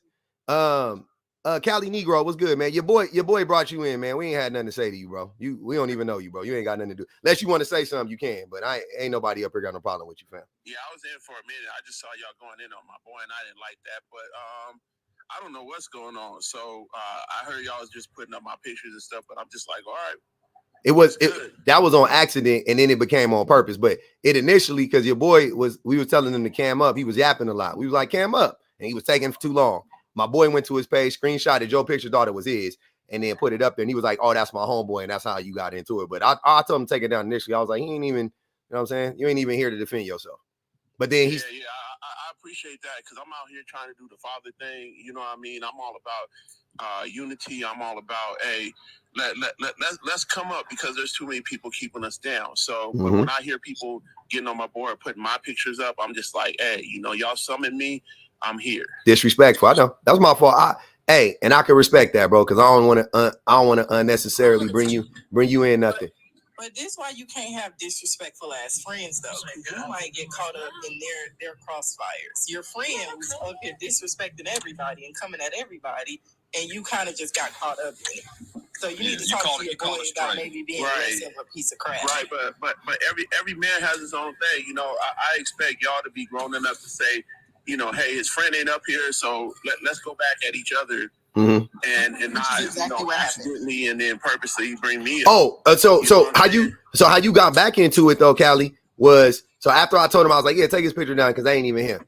Then your boy started calling us low level Negroes, and he said our friends and stuff was low level Negroes, and then I was like, wait, and I brought your picture up. I was like, so. Who is he to you? Oh, and he started riding for you.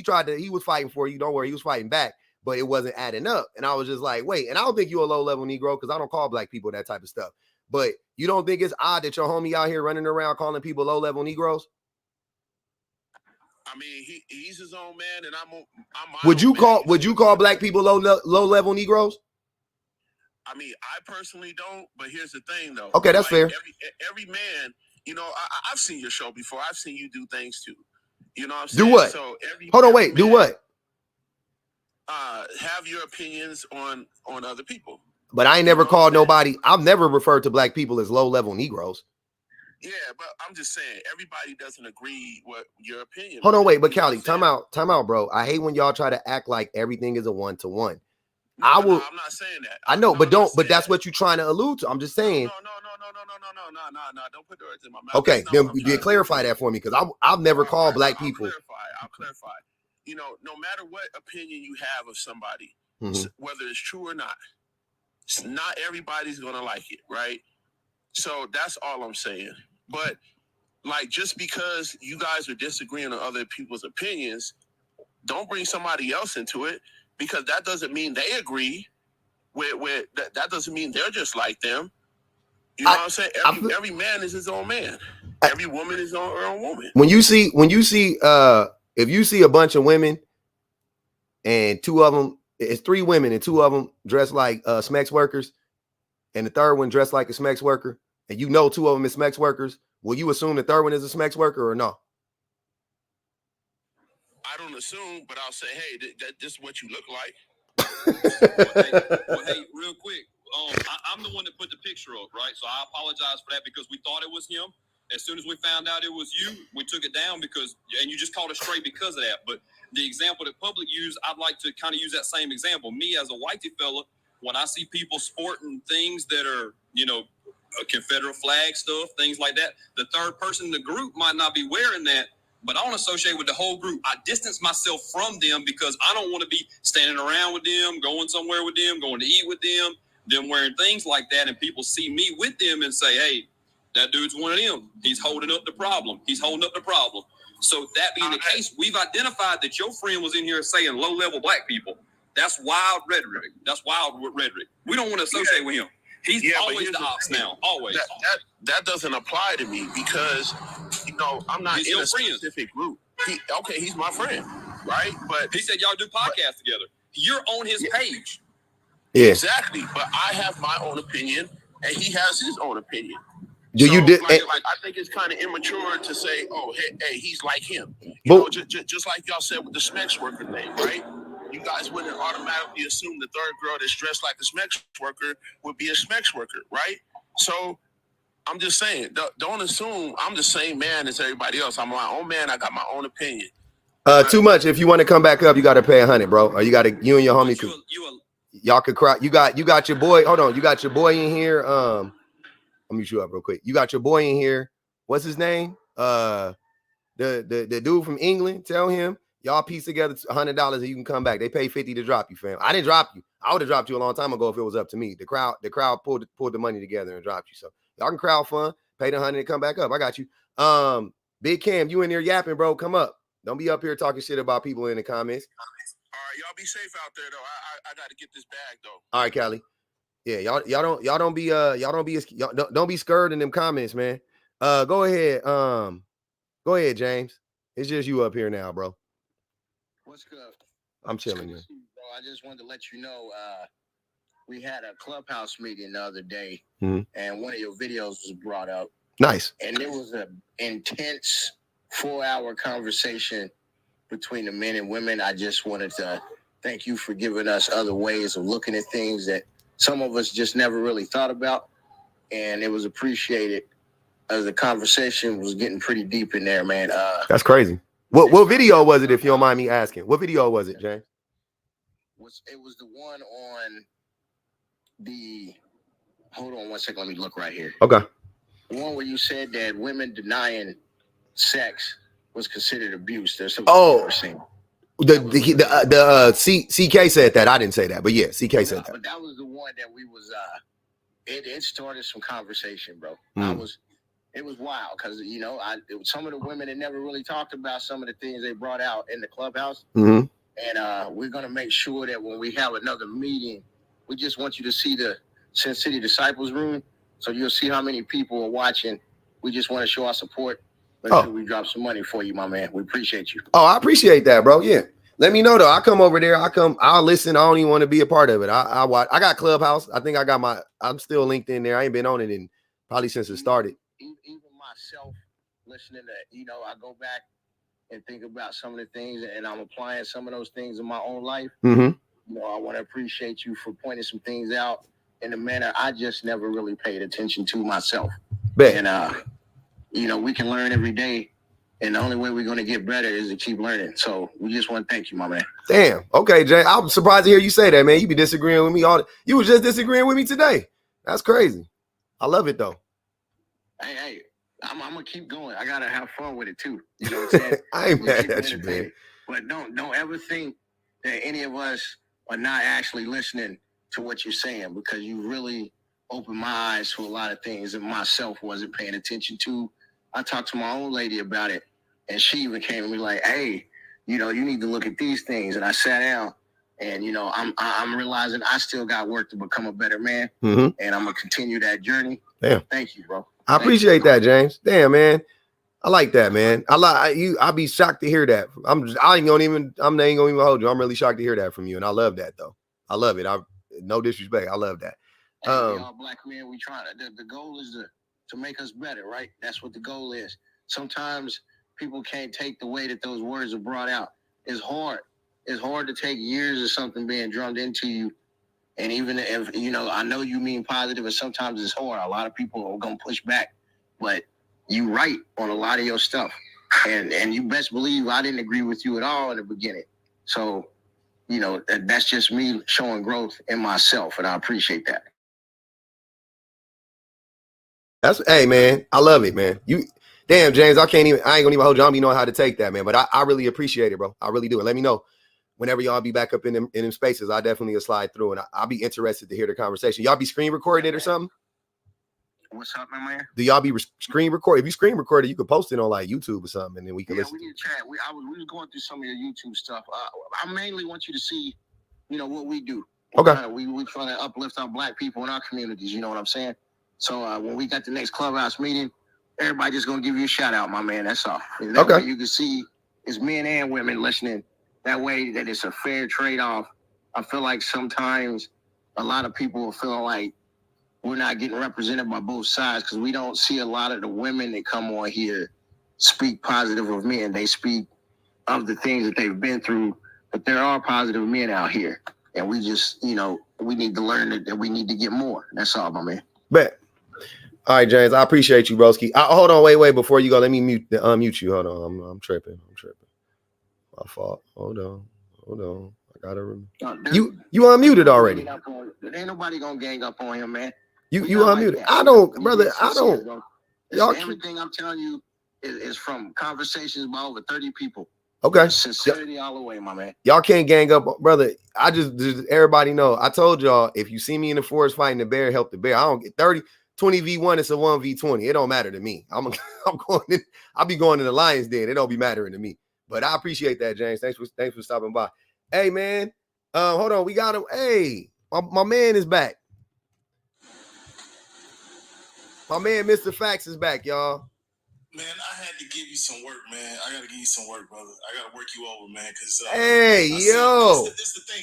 You win a lot of these women because you speak a lot of truth, but then you mix in a lot of things that are like gray areas and they're lies, man. And you're pushing a certain agenda, and you're causing division, man. You're being very divisive. You saying the same thing that man. This is say something else. Say this, my brother. Let me say this. It's just I'm surprised people didn't catch it when you said that your son. He's like, yeah, my son's gonna grow up. He's gonna look better than you. What do you mean better? Because he's light skinned? Because he's mixed or whatever? So this is the thing, man. A lot of these black women, they overlook a lot of things that you. Hold on, bro. That might have been the worst reach I've ever seen. Hold on. That was a terrible reach. It got nothing to do with him being mixed. Had everything to do with the fact that dude looked funny. Mixed or not, I don't care. I ain't mixed. I ain't mixed. Problematic, my brother. That's the point. There's Negroes like you that sit up here and get with these YT women, and that's the thing. And then you said something earlier that nobody caught, and I caught it. When you said something about how it's better for black men to say, oh yeah, I want to get with YT women because I want to be closer to whiteness. Mm-hmm. That's a good thing. No. Elaborate, my brother. Yeah. Tell me what you meant by that. So what I was saying was that instead of black men just admitting that's why they are shunning black women, right? Instead of it being a them problem, which it is, it's our problem mixed with the system. Don't get me wrong, but I'm saying we choose to do that. We choose to chase and covet whiteness. We make a choice, right? Instead of us admitting that, we because we can't take that, we turn around and try to shame black women and make them like they're the reason why we want to be with non-black women, right? We all have heard it before. Hey, you gotta, which I don't know why people ask the question, but when they do ask the question, right, it comes up, they ask, why are you with that non-black woman? And a black man, instead of saying, well, I love this woman or anything of the sort, it has nothing to do with that woman or anything like that. He goes, well, black women. And it's like, wait, what does that have to do with you being in a relationship with this non-black woman, right? That's what I'm saying. So instead of the black men, I think the better option, not the best option and not a good thing or a bad thing, just the best option out of the two. If you gonna shame anybody, shame yourself. You know what I'm saying? Keep it a being about yourself. Say it's a me thing. Like, no, I just want to be closer to whiteness. So that's why I covet non-black women. Don't turn around though and then blame black women though for you coveting whiteness. Like, that ain't got nothing to do with them. That's your fault. I totally agree with you. But what the problem is with that statement is that you said that basically you're making it seem like it's okay to want to be closer to whiteness. Nope. That's why you're trying to make it into Mr. Fact. Like. No, but that's not what it. Hold on, I'll ask. Hold on, wait. Make it seem like that's not hold on, wait. I'll ask. Hold on, we'll ask. Hold on, Mr. Hold on. We'll ask everybody on the panel. B, is that what you? Hold on, man. I ain't got time. Hold on, bro. Stop. B, is that what it sounded like to you? Does anybody feel like that? He literally just yapping. Oh man, that was crazy. I was curious. I don't understand. How did you get that from what I was saying? How did you, what? While bringing kids up too, I'm kind of like, ugh. That was crazy. I do want to like at least say something to go back to the prompt a little bit. Hold on, B. Let me read these super chats real quick. I got a bunch of super chats in here. I'm sorry, YouTube's Neva, appreciate the super chat. She said, these men act as if they can see microaggressions against black women. It's plain as day. Like they can't see microaggressions against black women. It's plain as day. They put on their blinders. They can't see them, Neva. It's hard to see them when you're doing like this. When you're doing like this, la la la la la la la. When you're doing that, it's hard to see and hard to hear. That's the reality. What up, Alexander? Appreciate you, bro. Alexander said, "What up, public? I agree with you 100%. Most black men do put whiteness and misogyny at the forefront. And yes, I've seen this in real life." Brandon also, Alexander said, "I'm tired of the excuse that black men have. I'm sick and tired of pick-me's making excuses for them." And then he wanted me to drop the link. He wanted me to drop the link to come up. I got you. If you're still in here, I'm gonna drop it right now. D Thunder, I appreciate the super sticker. Neva said he misses his mama. That's all it is. She was talking about old boy with the 100 hat on. What's his name? The dude with the messed up teeth. Too much with the shark teeth. He looked like the shark from Dory. He looked like the shark from Finding Nemo. From Finding Nemo. He looked like the one that was like, when the blood got in his nose, he was like, yep. Oh, yep. That's lovely. Fish are friends, not food, but he out here chomping. Fish are friends, son. Fish are friends, not food. Brooke Alicia said black men were the first to go to the Supreme Court to fight to get access to white women that whipped them as soon as they stepped off the plantation. It's funny because it's true, so it's funny. And black men would be like, no, Loving versus Virginia. No.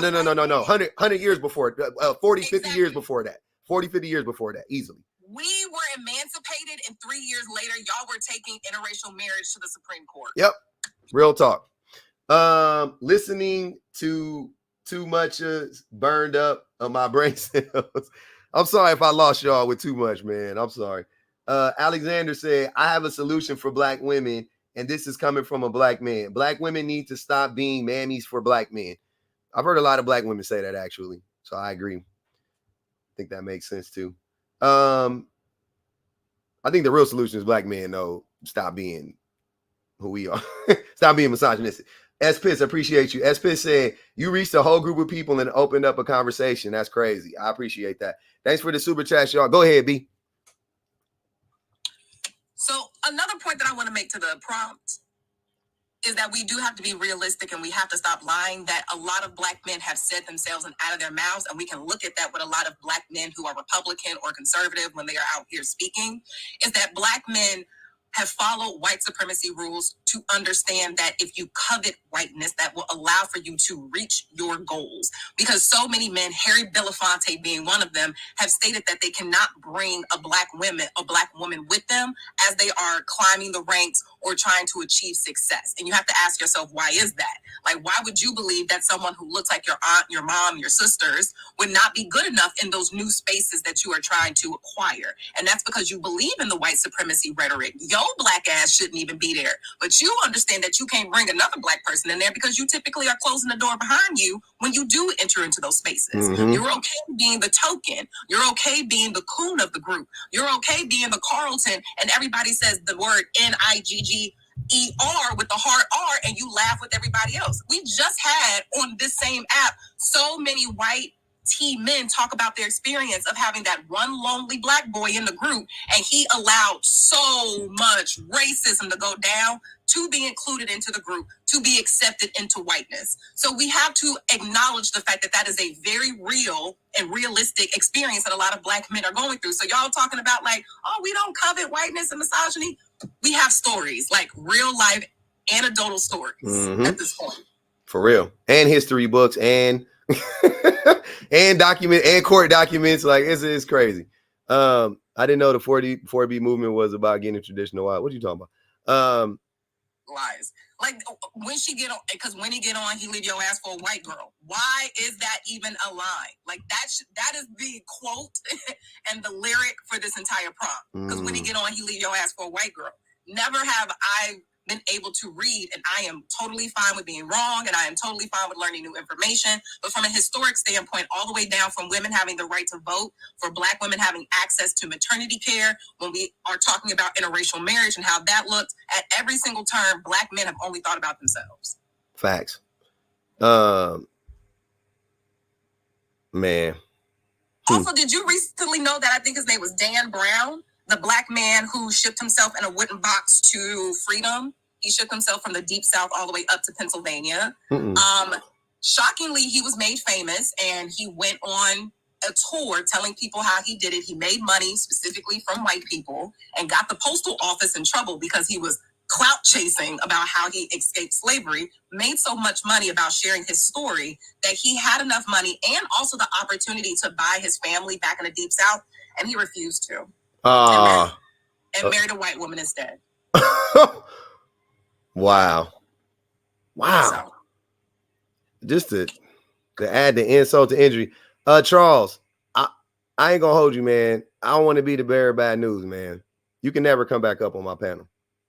I'm sorry. I broke my rule a couple times, and then you went on that long 2-week little. I don't even know what you've been on, bro. It's been crazy, but yeah, I can't have you back up, bro. You too much, man. Your name need to be too much. Yeah, man, that's crazy. But hey, man, I'll go ahead and drop, because this has been a fun time being up here with y'all crazy selves. I typically just want to come up and drop facts, drop historical history, because a lot of times they come up here and start talking about weaves and nails and single mothers, and I'm like, God, we can just never talk about historical facts. We never talk about solutions, and we never stay to the prompt. Never. So you just always need somebody to come up here and clean out the funky air. I like that. You come up here with the sage, and you just wave it around us. I gotta come up with the Palo Santos, the sage, and my holy water. Yep. There be literal demons on your platform. Demons on this. You come up here doing like this. Then. Right, baby. You gotta sage and get my holy oil when we come up here, because Jesus. Thank you, public. Love you. Have all right, B. Appreciate you. All right, Jeff, man. I'm about to power it down, man. Were you not entertained? That was entertaining. I know it was a lot of yelling. I had fun. Oh, it's gonna be a hard live to clip up. I let it go off the rails. My bad, y'all. I apologize. That's why I don't like having too many people up here. Y'all supposed to drop that, man, an hour ago, but y'all wanted to hear it, so I just let it go. I couldn't do nothing about it. I had to let that man rock out. Unfortunately. It'll be there. Older millennial? Who you talking about? You should cook the older millennial toad. Who you talking about, Monroe? You talking about 5B? Who you talking about?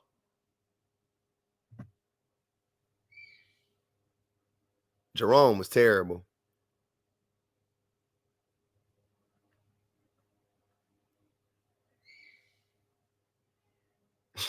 It was crazy. Y'all was in the, appreciate you, Ken. Thanks for the cash app.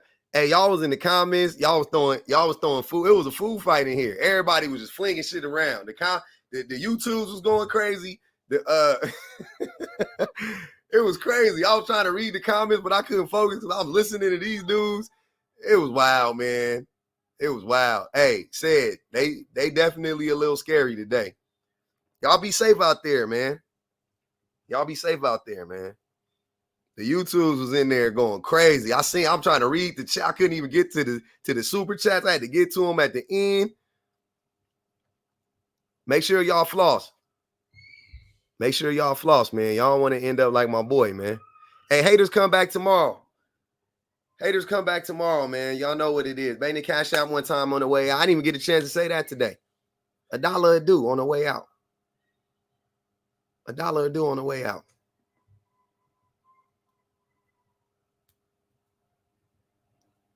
On the way out the door. Cheer. 275,000. Y'all know we got to get to 5. Y'all know I got to get to 300 before anything. And I leveled up today. I appreciate y'all. I leveled up in the daily rankings. I'm in the B1 league. I'm in League B1, man. I'm in League B1. Dentist lives matter. Sheena been here the whole time. I know I seen you when you came in. Oh, Celestial. What? You missed it? Damn. It was funny. Oh, you still here? What's up, Alex? Appreciate you, bro. I see you, man.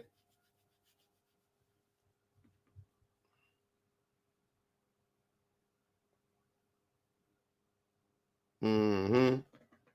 Amber, I appreciate you.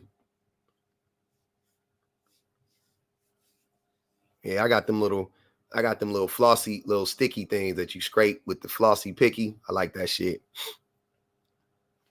Why do you get what? Why do I get that sub only prompt? I don't know, Happy HR. Maybe you were a sub. I don't know. That boy teeth look like a bear trap.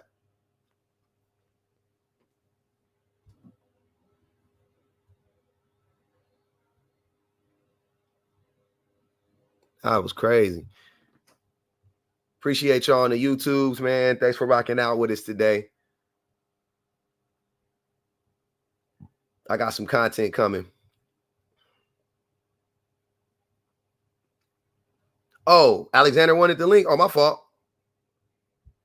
I got you, Alexander. Hold on, man.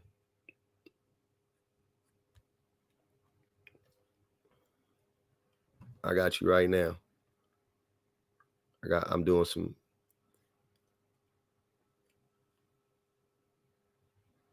My phone is hot.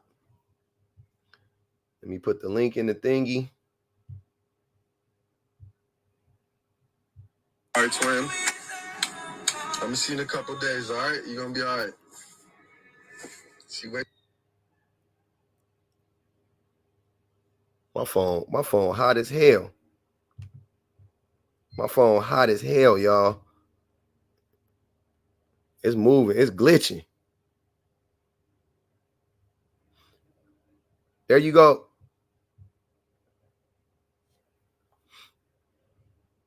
Leveling up on all platforms. Yes, ma'am. Nancy, I appreciate you. Y'all see it? Damn, this is crazy. It's crazy.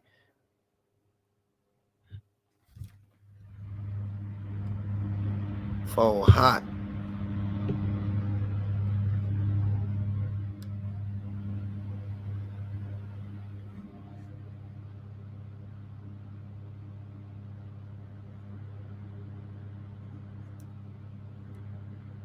Can y'all hear me? Am I frozen? On TikTok? Feel like I'm frozen on TikTok. Let me get up out of there. My phone too hot, man. Oh, there goes Alex right there. Hold on, we got him. Trying to strike a chord in this poly A minor.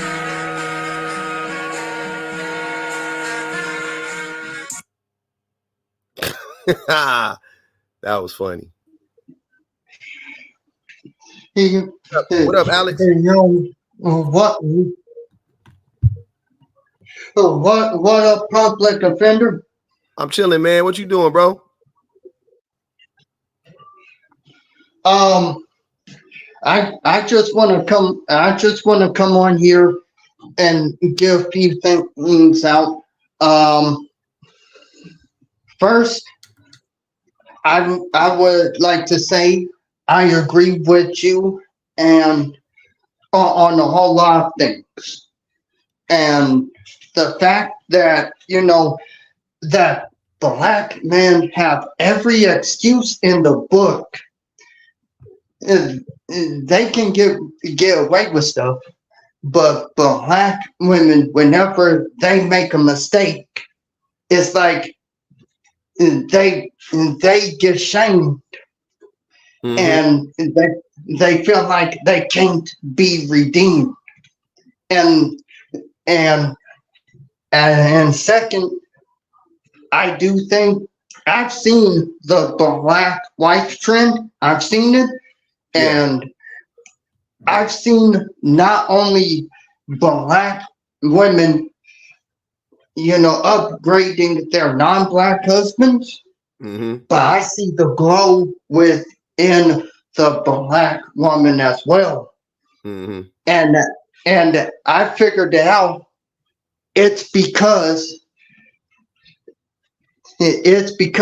they're not being stressed out and they're treated with care. Yep. And and third, like I said, I believe that the pick-me's are just as dangerous as the men who was up here, shaming you and all this. I see you as a masculine man, as a masculine man. I see you as a masculine man. And the thing of it is, the men that were up here shaming you and everything, they believe that you're not masculine because you agree with the women and you have sympathy for the women. What the? What? Yep. That's exactly what they think. What in the world is wrong with them? Because they're misogynistic. So they don't like women. So if you like women, then they have to not like you. Yep, that is true. And also, I believe at this point in time, like if a black man has a daughter and he's not misogynistic and he hears other black men being misogynistic, I would suggest that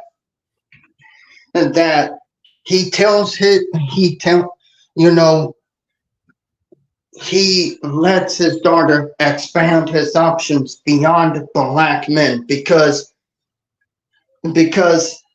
I've seen so many stories, man. So many stories of black women, black girls being taken out within the black community itself. And so the thing is, why should black women respect the majority of black men when the majority of them are misogynistic? That's what I be asking. That's the question. I'm like, because they be like, oh, every day black women get on here and talk about us. And I'm like, but they got the right to talk about us. So, you know what I'm saying? Like, they look what we do to them. So yeah, I'm all for that. Like, I don't get it. Like, I totally understand the same. That's what I mean. I don't know what's any different. If I hear white tea women talk about white tea men all the time. I hear Asian women, like I hear women talk about men all the time. Why are black women excluded from that? Why do black men get a pass when it comes to that?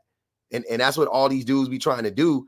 Or often they want to be like, oh, black men, slavery, Jim Crow, Willie Lynch letter, MLK assassin. I'm like, bro, that ain't got nothing to do with you disrespecting black women in 2024. What are you talking about? Like, what are you doing right now to correct what, the reverberating effects of all of those things that have happened to us right now in your day-to-day life? Because I'm not one of those people that expects working class people to go out of their way and, be like, I don't know, you know what I'm saying? Like, I don't expect everybody to be Malcolm X. Like, that's stupid. You know what I mean? But in your day-to-day life, what are you actually doing? Like, in your day-to-day life, what are you actually doing? Like, are you yourself trying to be a better person? Are you trying to practice empathy? Are you trying to be kind to people? You know what I mean? People who deserve it. Are Are you trying to treat the people directly in your life better? You know what I mean? Like, what are you actively doing every day in, day out? What are you doing? Nothing? Okay, then you're a part of the problem. It's simple like that for me. I don't want to hear no excuses. I don't want to hear no, the black man, it's like every time, like, I feel like when black men start talking like that, I almost feel like it's almost like I want to be like, that is when the white people accuse us of using the race card. That's when that's a good example of us using the race card. You know what I mean? Like, I'm like, what does the white man have to do with you treating black women with respect? What does that have to do with you treating your children with respect? You're saying because something the white man did to you somehow, some way, you can't treat these people with respect? Like, how does that work? I've been trying to figure that out since 2018, bro. I've been trying to. It's like on the real, I see why black women have stopped marching for black men now. I see why now. But wait, but they haven't though. Some have, I'm sure, but they haven't overall. Hey man, I'm gonna tell you something right now. This is not a I don't know how to put it. I'm just gonna tell you how I feel about this. No, I don't think black women, how can you stop doing that? That's what I'm saying. It doesn't make sense. That's not, black women haven't. Now, are there some black women or even a lot of black women that, yeah, for sure. But black women as a group, no, they haven't. I don't believe that though. Y'all can say y'all can say that they have. I don't know. Like maybe so. I don't think that they have though, because black women are not stupid. Like they know for better or worse, their fates are inextricably tied to our fates. You think this is the first time black women have been disgusted with black men in the history of man? Of course not. It's been many a times they've been on some like, look at these look, many a times, many and plenty of times. So if somebody is to tell me like now in 2024 that all black women is like, oh, I'm just like bowing out. I'm not. No. I don't buy that. I don't believe that. I don't. But do I think that a part of the progression of what's going on right now is that, especially with social media, that a large group of black women are like, I'm done with that? Of course. No doubt about it. Of course it is. Because look at how we react. Look at what we do as black men. Look at what we do, even when black women lay down their lives for us, when they speak up for us, when they defend us, like when all of these things, look at how we treat them. The natural reaction for that is going to be like, nope, I'm done. I'm bowing out. You know what I'm saying? No doubt about it. Like scores of women are going to run away from that. No doubt about it. Right. But there's still going to be a lot of women that understand that, or still, I won't say understand, but they're going to feel like, nah, I still got to do the word. I'm going to do this, yada, yada, yada. That's what I'm saying. So I don't know. I don't believe it. Y'all can say it is. I'm just saying that I don't know if it's true. I don't know if that's something that can be proven one way or the other. I just don't believe it to be so. You know what I'm saying? Like, I don't believe it to be so. But maybe I'm wrong. I don't know. But I've seen it online. I have seen a bunch of women say I'm done. It's women in the chat right now saying I'm done. And I totally understand that. It's not a matter of not understanding it. I just think that to say it like black women ain't marching for black men anymore as a definitive thing, I don't believe that. Generally, I don't buy into that. And public offender. And here's the thing: when I heard one of them said that white men don't want black women, that's not true. Mm-hmm. Because if it was, Serena Williams wouldn't be married to a white man who created Reddit in the first place. Mm-hmm. If that was true, Derek Nowitzki, Dirk Nowitzki. Yep, Dirk Nowitzki. Yeah, Dirk. I get his name wrong every time. But yeah, he's married to a black woman. And all these interracial relationships I see online, it proves that yes, they are, but they're worried that black women will turn them down because of the slavery thing and everything else. And I don't think that's it. I think white men are socialized not to date black women. And that, for the most part. Yeah. Yeah, I think that's true. I think that's true as well. I think that's true as well. But yeah, black women are finding happiness with other races of men, and the thing of it is that the dudes that were on here, whenever a interracial marriage doesn't work out for black women, they'll be the main ones who will be laughing at that black woman. And to me, it's like they legitimately want to see the downfall of black women so bad. Like the story of Sade Robinson, may she rest in peace. She was on the line by a white man. They used that instance to scare. Oh, yeah, they try to like scare black. Yeah, they do that all the time. Yeah, they be like, see, and I'm like, but for every one of those, there's 1,000 black men that did the same thing to their black spouse. So what's the like? Y'all don't want to play that game. That's crazy. Yeah. But have you ever seen that white man? That was he was on one of those like podcasts, and he was sitting in front of 2 beautiful black women, and he was like talking about how he wouldn't marry or date a black woman. And then he said to himself, he was like, no, he was like, you're beautiful, but I just wouldn't date you. I wouldn't marry a black woman. And I think that's how most white people, black or white, I think that's how they're social. Asian people too, they're socialized like that. That's not unique to, you know what I'm saying? Quiet is kept. Black people in America that don't come from America also socialize like that for American black people too. Same thing. Like Nigerian parents be telling their Nigerian children don't marry American black people too. They tell them that all the time. Happens all the time. Look at that. What's that show? Whatever, and Abishola or whatever it is, with the white dude and she's like a nurse, and you know I don't know, but y'all know it's on like CBS or something like that, and she's Nigerian or whatever. Yeah, I've seen that. Yeah, her mom. If you like, I remember watching like the first episode or whatever. Her mom was like you know, like they were like very anti-black in the show. I was like, in the show, they like wrote it into the show. I was like, wow, that's crazy, but. That's it, because it's so commonplace though. Like they just wrote it in the show. You know what I mean?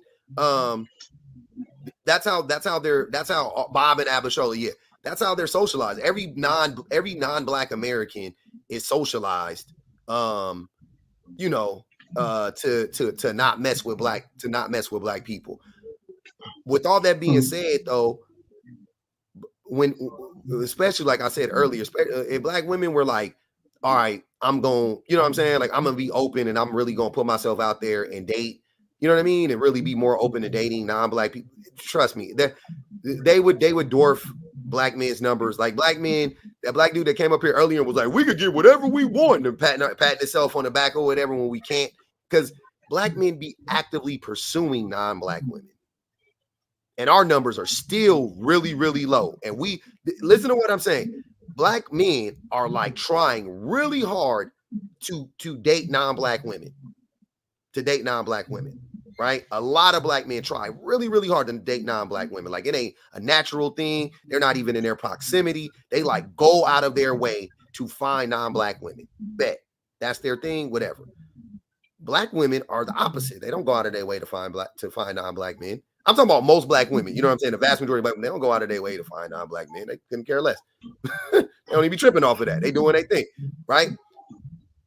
So my theory is that if black women were to flip that switch and started to have that same desire like black men, then it wouldn't be, the numbers would be out of whack. It would be overnight. It would be crazy.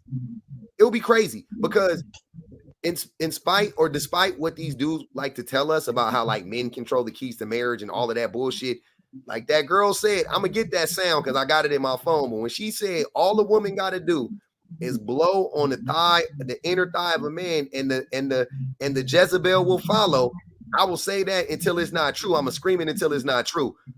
Black woman, white woman, it don't matter. It don't matter. If that woman want that man, she can get that man. It ain't never been a problem for a woman to get the man. That's never been a problem. The issue is to stay with us. How much shit are they willing to take? How much shit are they willing to take? That's all it comes down to. If black women or any woman wants a man or wants to be in close proximity to men, it never comes down to can they get a man. They can get a man yesterday. They can get a man in 2 minutes. They get a man that look better than you, like literally on some Beyonce shit. Like to the left. They can get a man better than you. They can get a man taller than you, with a bigger wang than you, make more money. Like, don't even trip. Trust me. If they really was on that type of time, they could do that. The thing is if they want to stay with him, will they be willing to put up with abuse? And how much abuse are they putting up with? That's it. And so many women are like, nah, that's a lose-lose. Like, I'm good. That's all it is at this point. It's a bunch of women that just woke up and they have I won't say they woke up, but they have the freedom now to be like, nah, I'm good. Nah, I'm good. I'm not doing that. I'm not messing. I'm good. I'm not messing with those dudes. That's where we're at. Yeah. Mm-hmm. And you're right when you said that while other races of men, they do it, but it's not. But when it comes to the abuse of black women within the community, it's like they want people to be silent about it. Because, like I said again, I've seen so many stories, and one of those stories was really sad, because there was a story about a black woman. Her name was Alicia Watts. She went missing in July of last year. They didn't find her until August the 24th. And when they found her, her body was can I say decomposing on you? Or you can say decomposed, yeah. Yeah. And they found where she was being tortured. And they arrested her boyfriend. And the boyfriend's ex-wife came to the court meeting and said all those things that he did to her, she got away, but Alicia didn't. And you know what? I have a theory, and that theory is called when a man wants to hide who he truly is, he winds up becoming a wolf in sheep's clothing. Mm-hmm. And Alicia's boyfriend was again a black man who did that to her. And then when I looked at the comment section, this is why I say pick-me's are just as dangerous as the men who came up here. They were blaming her, and I'm like, wait a minute. How would she know that he was going to do this to her? And she may have find out too late, but that doesn't mean that you can go ahead and shame the woman. That's the problem that I have with the pick-me's, and that's the problem with the black men who say, "Oh, we're masculine. Oh, we're just telling the truth and this and that and the third." In reality, like I said, the comment I sent on the last live that you had, black male worship is the most dangerous thing to do at this point. Yeah, it's terrible, man. Is. That's facts, man. Hey, Alexander, bro, I appreciate you coming up, bro. I'm glad you got up here and we got to chop it up, man. Definitely come back tomorrow. I'll be back on tomorrow. I'm gonna let Clout. I got a person in the box up here, getting ready to speak, but I'm about to end the live soon. So I appreciate you for coming up, fam. Go ahead, Dab. Dab, you there? I know. Alexander is good. He's a solid cat.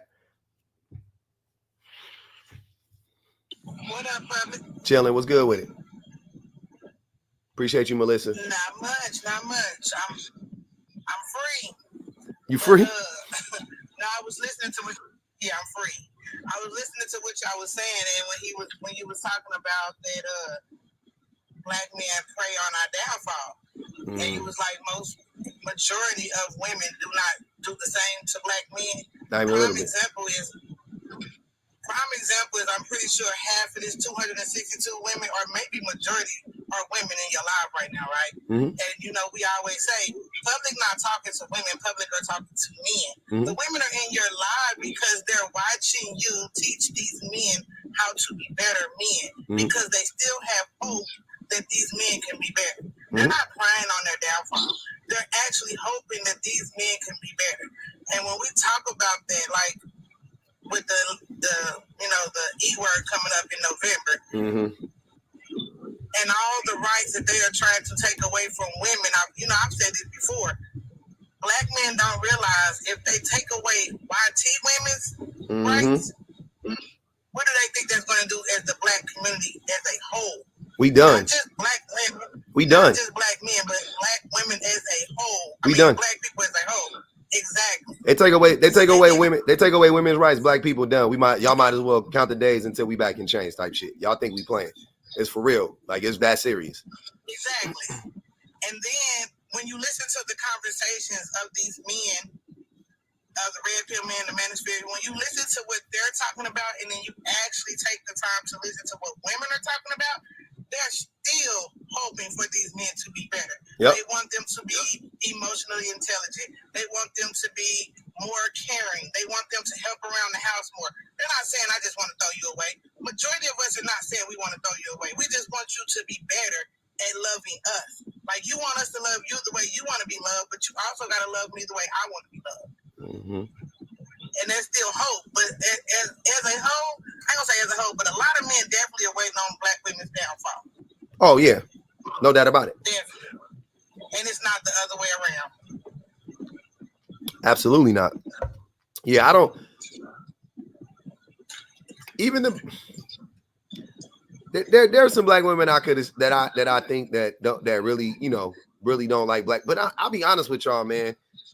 Like I said before, that's a reaction to years of abuse. Exactly. So not even taken away from that at all. Yeah. So even when it is, I'm like, like, yeah, if you want to call it misandrous or whatever, that's a reaction to misogyny. So I ain't gonna hold that against them. Like, if you've been abused or you done seen scores of women get abused and now you don't like men because of that, then so be it. I'm not about to. Even with him talking about the marching situation, a lot of women ain't marching, but you tell me, ask a man, when was the last time he marched for women's rights? Never. Ask them when they went and stood on the lawmaker stairs for women's rights. Never. You know who be, the men that be up there on them stairs when they're, the few men that be out there with them, all the men that these dudes be like, oh, he feminine. It be those men. It be the dudes with their fingernails painted. It be the dudes with the green hair and all. It be those dudes. They be out there on the steps with the women. You know what I'm saying? But y'all, all of y'all super masculine men that be yelling at the women and calling and saying that there's all the baby mama's fault and all that stuff, nowhere to be found. The protectors, all the protectors, y'all nowhere to be found. Y'all nowhere to be found when they need protection from the system. But y'all want me to believe that y'all gonna show up if an intruder comes in your home. Sir, that's for your protection. You getting out the bed and going downstairs because you got to protect yourself. If without my wife here, if an intruder comes in my house, I'm probably gonna get up and go down. You know what I'm saying? Like I'm probably gonna fight, like with or without my wife. So I don't understand what are y'all talking about? That's not for them. They always make it seem like that. I'm laying out my line for my Somebody breaks in my home and I feel like it ain't no way for me to get out. I'm a fight. You think I'm about to just hide in my bed? No, I'm a scrap. It's gonna be a fight. We tussling. I'm grabbing that weapon. We tussling over that. Like that's just what it's gonna be. Oh, I'll lay down my line. No. But when we don't need y'all to lay down y'all line, we need you to lay down your votes. We need you to show up to show solidarity with us, right? Chain your arms with us in front of the chancellor steps, you know, because they're excluding girls from this and that activity, and they won't let women do this and that. Right? Y'all nowhere to be found. You chastising them. You saying they're dumb for protesting. You doing everything you can to excuse yourself from participating in the protest and participating in the process. That's all y'all do. And even with the Roe versus Wade, we see what that has done now, right? Everybody, when that was going on, these black men were like, "Oh, now y'all can't use it as birth control. Now y'all got to do this. Y'all got to do that." But now we see that there are literally married couples going into these hospitals and their wives are being denied care, or their wives are unaliving in hospitals because of the implications of Roe versus Wade. Yep. But again, y'all not marching for that. Y'all not standing 10 toes. Y'all not even standing 10 toes down with y'all women about their medical health. Nope. They still on there talking about, well, they shouldn't be able to give y'all on the fence. You're indifferent. You're like, I always wondered how people like, you know, acted during like the civil rights era and stuff. Because I always just felt like when you look at the civil rights era, you're like, as a black person, how could you not be on this? You know what I'm saying? Like, how could you not be like, nah, I'm about to go down here and sit at these diners and you know what I mean? Whatever it was, like whatever help you could do. Like, how could you not be on it? But then I see how the men act with women's rights and LGBTQIA rights and stuff like that. Now, where are y'all at? Where's your advocacy? Y'all don't do it online. Like, y'all be the funny thing is dudes be acting like, oh, I'll be in the streets and da. But then when it's time to speak up, even like I told y'all 1,000 times, y'all be afraid to speak up. Y'all be afraid to speak up online. So you want me to believe that you in the streets doing all of this stuff? You're not even you're not online doing it. When your voice is amplified, right? When you make a video and 30,000 people see the video, or 50,000 people see the video, or you go live and 20,000 people see the live, or 10,000 people see the live, or whatever the case may be. However many people see the live for y'all, right?